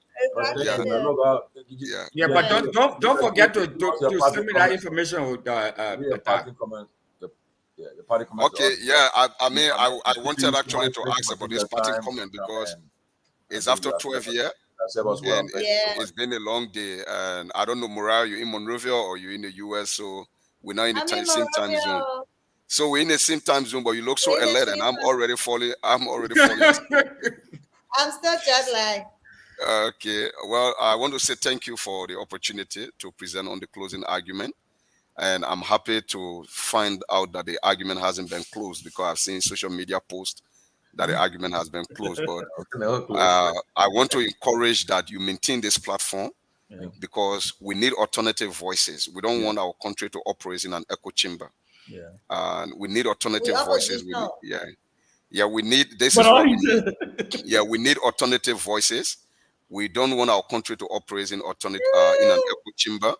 We want platforms that give opportunity for people to speak out and to not just expose ills in society, but to criticize constructively and, where possible, destructively. To criticize those who are corrupt, who have been found guilty of not performing, to criticize them until they resign. So we will encourage you to keep this platform, and other fellows of Duco Institute are equally competent. They bring a lot. I have a very good friend, Aaron Weir, who can tell you about reconciliation and transitional justice. Aaron Weir? No, Aaron Weir. There's Aaron Weir. There's Aaron Weir. Aaron Weir, my classmate. I thought I was. Okay, so Aaron Weir and Aaron Weir. So there was a point the two of them were working in the same office, so the staff were confused. Really?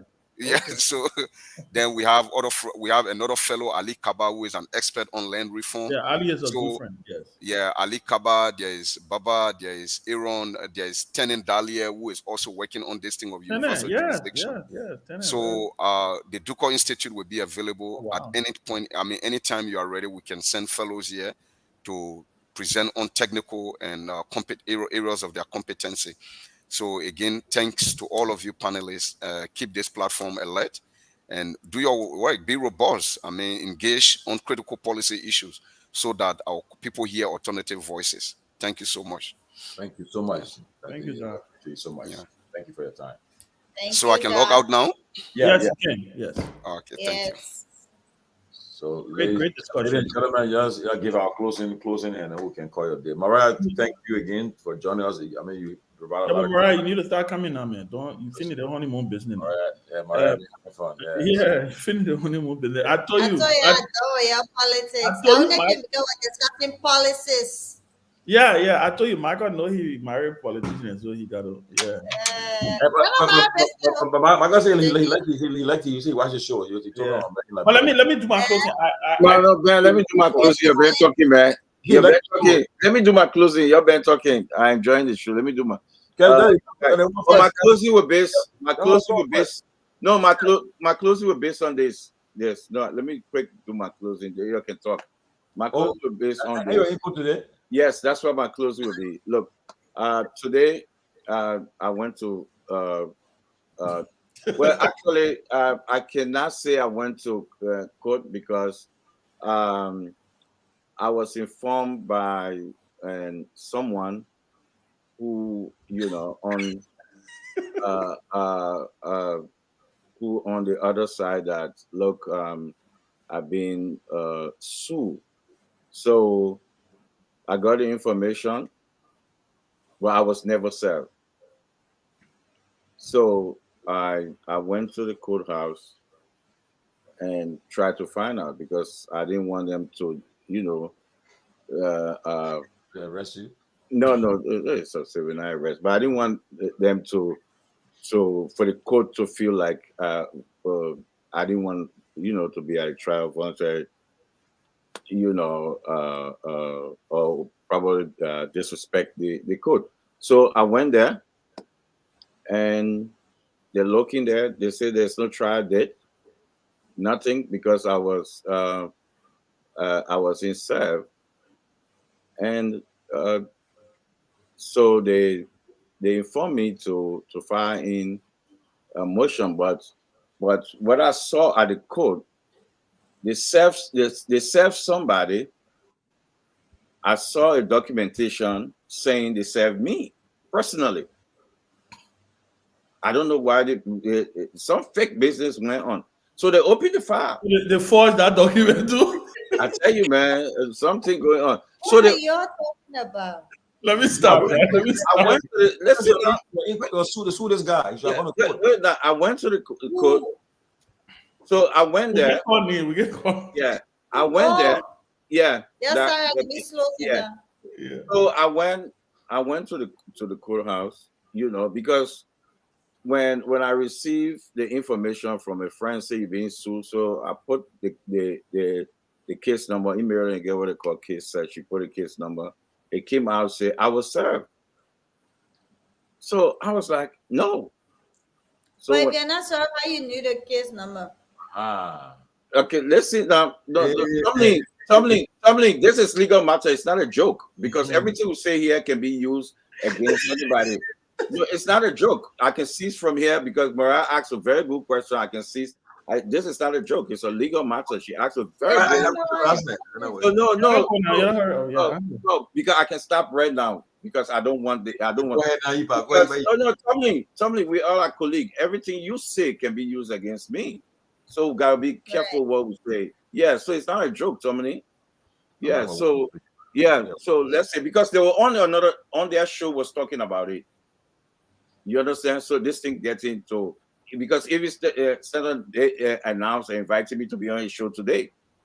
He even told me to come on his show today. So it's not a joke thing. Yeah, he announced he's telling me to come on his show, but hey, I'm here. So I'm saying so what I saw I saw my name, right, saying they have been served. They had two addresses. One formal address, the other one was a liquor bar. That's the part that made me laugh. I take it today, man. It was a bar in Fallujah. It's a liquor bar, right? Yes. So I went and I will send you some of the copy, Mariah. So I went there. They looked in there. I gave them my lease. I gave them.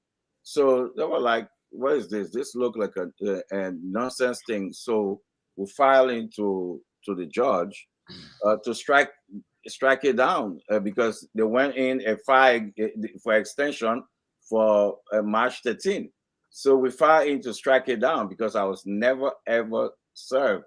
The address is not my address, two address, one on different. And the most crazy part, it's not like they're saying maybe they served somebody that took it on behalf of me. They're saying they served me personally. And the address are liquor bar. So you serve me the liquor. So talking about everything that's messed up. So I went there, it just messed up. So filing a motion, and I just waiting for what the judge will say. It just sounds crazy. I hope you didn't go drink Blue Moon at that bar. You received that. April 29. That kid will continue on April 29 time. Anyway, that go. Anyway, but guys, what's happening on April 29? Yeah, I beg you. We get raised here, but right? You lawyer. Me, I'm lawyer. I don't. What are you talking about? Let me say that. But let me do my closing. I thought it was a fascinating discussion today. Don't mind from a cattle a coty. We have what I did. No, in all seriousness, honestly, I got what you're saying. Let's wait and see what happens after. Let's wait and see what next. We're respecters of the law. We respect the law. We don't want to, we get made like a certain situation. But let me say this: great conversation, great discussion. Both discussions were very enlightening. Winfred, thank you for the fire chief. I think when they come back, let them come in and let's have an extensive discussion because that's a whole new conversation. You don't hear nobody talking about fire because nothing in Boye. The last time I think some fire happened in Liberia and a lot of people died. And when everybody was explaining, talking about fire, Liberia is a country where once... So what you talking about, Ben? There's fire every day in the country. Well, no. What I'm saying is if they don't make the news, we don't talk about it, right? I remember the last time we had an extensive discussion on fire business or something happened. I remember what happened. Some major fire disaster explosion happened. or what?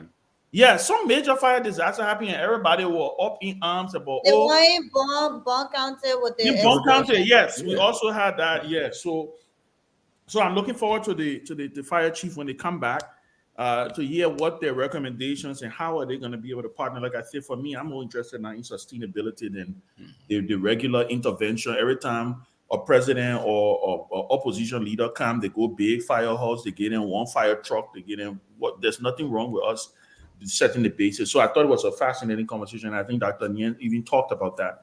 His with Dr. Nyen, I think he was very fascinating. I mean, just the level of information, the wealth of experience, and I'm glad he said he's going to remain engaged. I want to thank the speaker for for listening and saying that, look, he is looking forward to. These are some of the legacy things. I remind people. Speaker of what? For all the smart people in the country. Listen. Kofa. I think Kofa is on. It has the potential to probably be the most consequential and one of the most effective speakers our country will ever see. I mean, you saw his speech that he gave. He was very bold, even calling out war and economics crimes court. I've never heard a speaker. I've never heard another branch of government take that issue. My future job offer on the table. Yeah. Don't worry, bro. Mariah, you have a space. Mariah, next week we'll be inviting a special guest. So now, Mariah, you need to come. You need to come more to. We'll be a special guest next week. Look at the calendar. We need to. Yeah, we need to guest. I thought we all talk politics and not inside. We all talk politics. But seriously, policy. We are now in the time of policy and solutions. We are now in the business of policy and solutions. I think that's Ben. Who represented Biden at the inauguration on Monday? Yeah. Well, here they go. Biden coming. No, what Biden? I beg you, Biden. No, we can confirm. But Ben, what do you mean by that? Biden, that president? No, Ben, you're not do that. No. Okay, sorry, I'm not gonna do that. Let me come in. Biden is president of the United States. In fact, he is the Joseph Boyka of America, and Joseph Boyka is the Biden of Liberia. There's so many similarities between Biden and Boyka. Did you read that article, right? You read that article? Yes, and but President Biden is busy. I don't think he's going to make the trip. But my White House sources have just confirmed to me that Ambassador Linda Thomas Greenfield will be leading the delegation. The ambassador, yes, the honorary Liberian, and the U.S. ambassador to the United Nations. She's a cabinet ranking member. I think it's a strong delegation. She's somebody who cares about our country. And we welcome. That's what we are hearing. We are hearing that from my sources in the White House. They're saying to us that Thomas Greenfield has been giving the nod to represent President Biden. Obviously, there will be a delegation. It's not just her one coming. There may be the Assistant Secretary of State for African Affairs. So she will be the ranking. Yeah.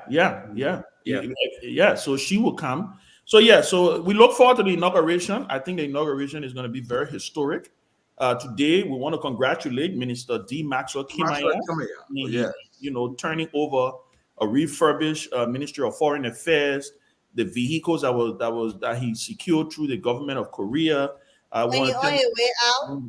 Well, no, but they've been doing it. It wasn't for government funding. They've been doing it. They've been renovating it. So so today, I think they kind of climaxed it. Thank President Weah for his leadership on that. I think he too dedicated the D-Tware Sports Park today. So a lot of good things are happening in the country. We wait to see the administration of President Boakai and what they're going to bring to the table. We will be here constructively engaging them in the process, and we look forward to having a peaceful and a strong transition as our country move forward and we start to head in the right direction. On a sad note, tomorrow will be the burial of the late Commissioner General Thomas Dona. Yes. I intend to stop by the funeral. Yeah. Thank you, Mariah. That's good. Thank you. Yeah, he was a big brother. Yeah. Big funeral tomorrow. Yes. It's very sad. But guys, thanks a lot, man. Mariah, so next week, special guest. We'll let you know what kind of modalities. Now it's panelists, but as a guest. Answer questions from all the guys. And we have questions. I told you I was sabbatical. That's about it right now. Yeah.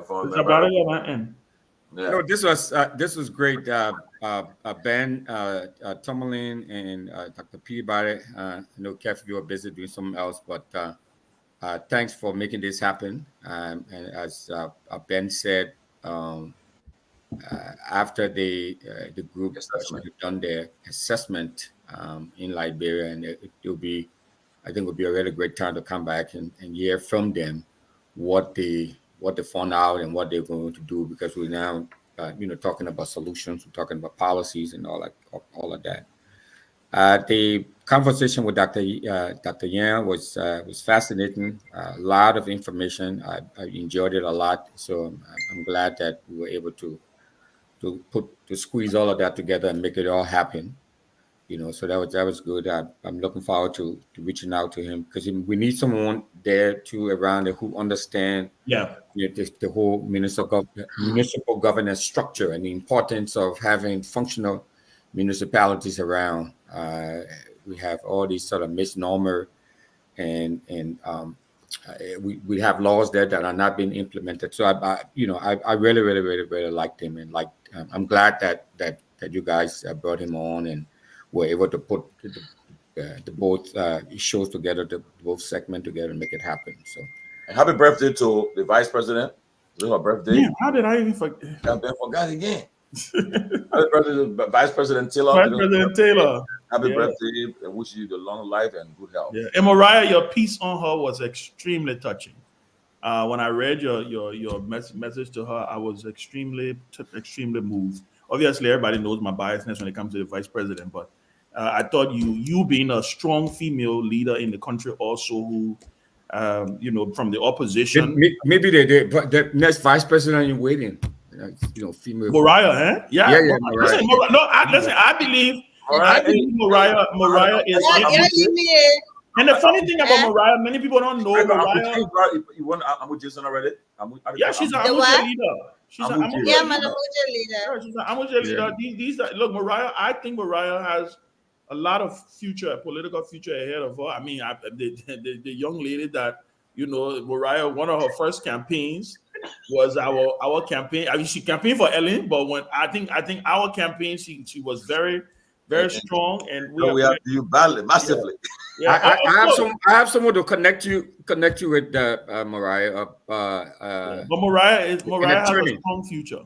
So I have a strong future, and I think you are standing on the right shoulders, Mariah. You are standing on the right shoulders. Ellen Johnson, Sally, Joa Taylor. I mean, the name, just name them. They're out there. I had to, sometimes I feel like we give people the flowers because they're in the same party with us, because we know them, because we want something from them, because of some reason. And there should be no reason. I mean, our leaders are not perfect. And I don't think we want perfection, right? Yeah. But when we have women leaders who've gone through it and gone through the fire, and succeeded to a certain extent. I'm still young in politics, and I can tell you how many days I've crawled in my bed and now want to wake up. And it's draining, it's exhausting. People don't see the background of being in politics, especially as a woman, and being in a male-dominated Everybody space. cussing you. That is not welcoming, especially of women who are vocal, of women who stand up for themselves. The Liberian political space, like most male-dominated spaces, are only welcoming to women who tend to be softer, who they claim are respectful. Let me say that, right? But when you stand up for yourself, when you speak up, when you challenge them in their space, they fight you viciously. And so when I see women like Madam Sirleaf and Vice President Joao Taylor, and how far they've been able to go in this space, it's a duty to really recognize them on special days, whether it's birthday or day of recognition, and especially as she's transitioning out of the vice presidency. It's moments like these when people tend to feel alone, when people tend to feel underappreciated, when everybody else is leaving them, when people feel they don't have power anymore, and so now I don't need to suck up to them, or I don't need to be a sycophant, or I don't need anything from them. I'm looking at the next people coming in. It's moments like these when these leaders actually need the acknowledgement and say, look, we see you, we acknowledge you, we love you, we're inspired by you. And for me, that's what today was, especially being her birthday. And I think she politically she's still young. At 61, she's achieved so much as a woman. And I think the nation, these are moments that we're really supposed to appreciate our leaders, and we don't, because she's from the CDC, or she's from NPP, or she's this, she's that. And for me, it's not about that. So yeah, I felt moved to really do that birthday note to her. And I hope someone gave her a very big warm hug today, because she deserves it. So happy birthday, Madam Vice President. And she's about to do great things. Trust me. Councilor Mariah, I figure. She's about to do great things. Y'all watch out for her. I mean, what's going to be doing the next 6 Tomalin, I'm not hearing you for some reason. Is it just me? Are you? Yeah, we can hear you. I hear you. Yeah, we'll be. Kev, come on, man. Mariah, next week, you watch someone else should be our guest next week. Ask her what she'll be doing for the next 6 years. We'll be asking her those questions, and she'll be our guest next week. What, doing for the next 6 years? Actually, next week, when you're paid. All right. No, I beg you. I have a quick announcement. Why would do that? The case have been withdrawn against the speaker, and negotiation will go on as planned next week. So that case should not have been filed in the first place. To our power next week. Let's see what happens. You're desperate. You ain't got no case. I have a quick announcement. Go ahead quickly. Yes. So on a Saturday, January 27th, I'm leading a team and the 2 fire chiefs and Pastor Collins will be there too as well. I'm leading a team of 10 volunteer medical doctors with Dr. Ruben Benedict will be conducting a health camp in Flela, Lower Bond County. So Flela is about 10 miles or so from Torota, where the accident took place. So it's between Salala and Torota. So we'll be there from 8 a.m. until 4 p.m. Saturday, January 27. We'll be providing medical services to the people in the area. So if you live in that area, you're welcome. And that's great. In fact, at the time that the president who will be you'll be his guest, you'll be already president. So you'll have the opportunity to have a smooth process. Wow! All of a sudden, you love Liberia now. Who, me? I don't go there. I see you. I want you to be there. I see her. You better not know me, Kev. Jesus. But anyway, it's good. It's good. All right, good night.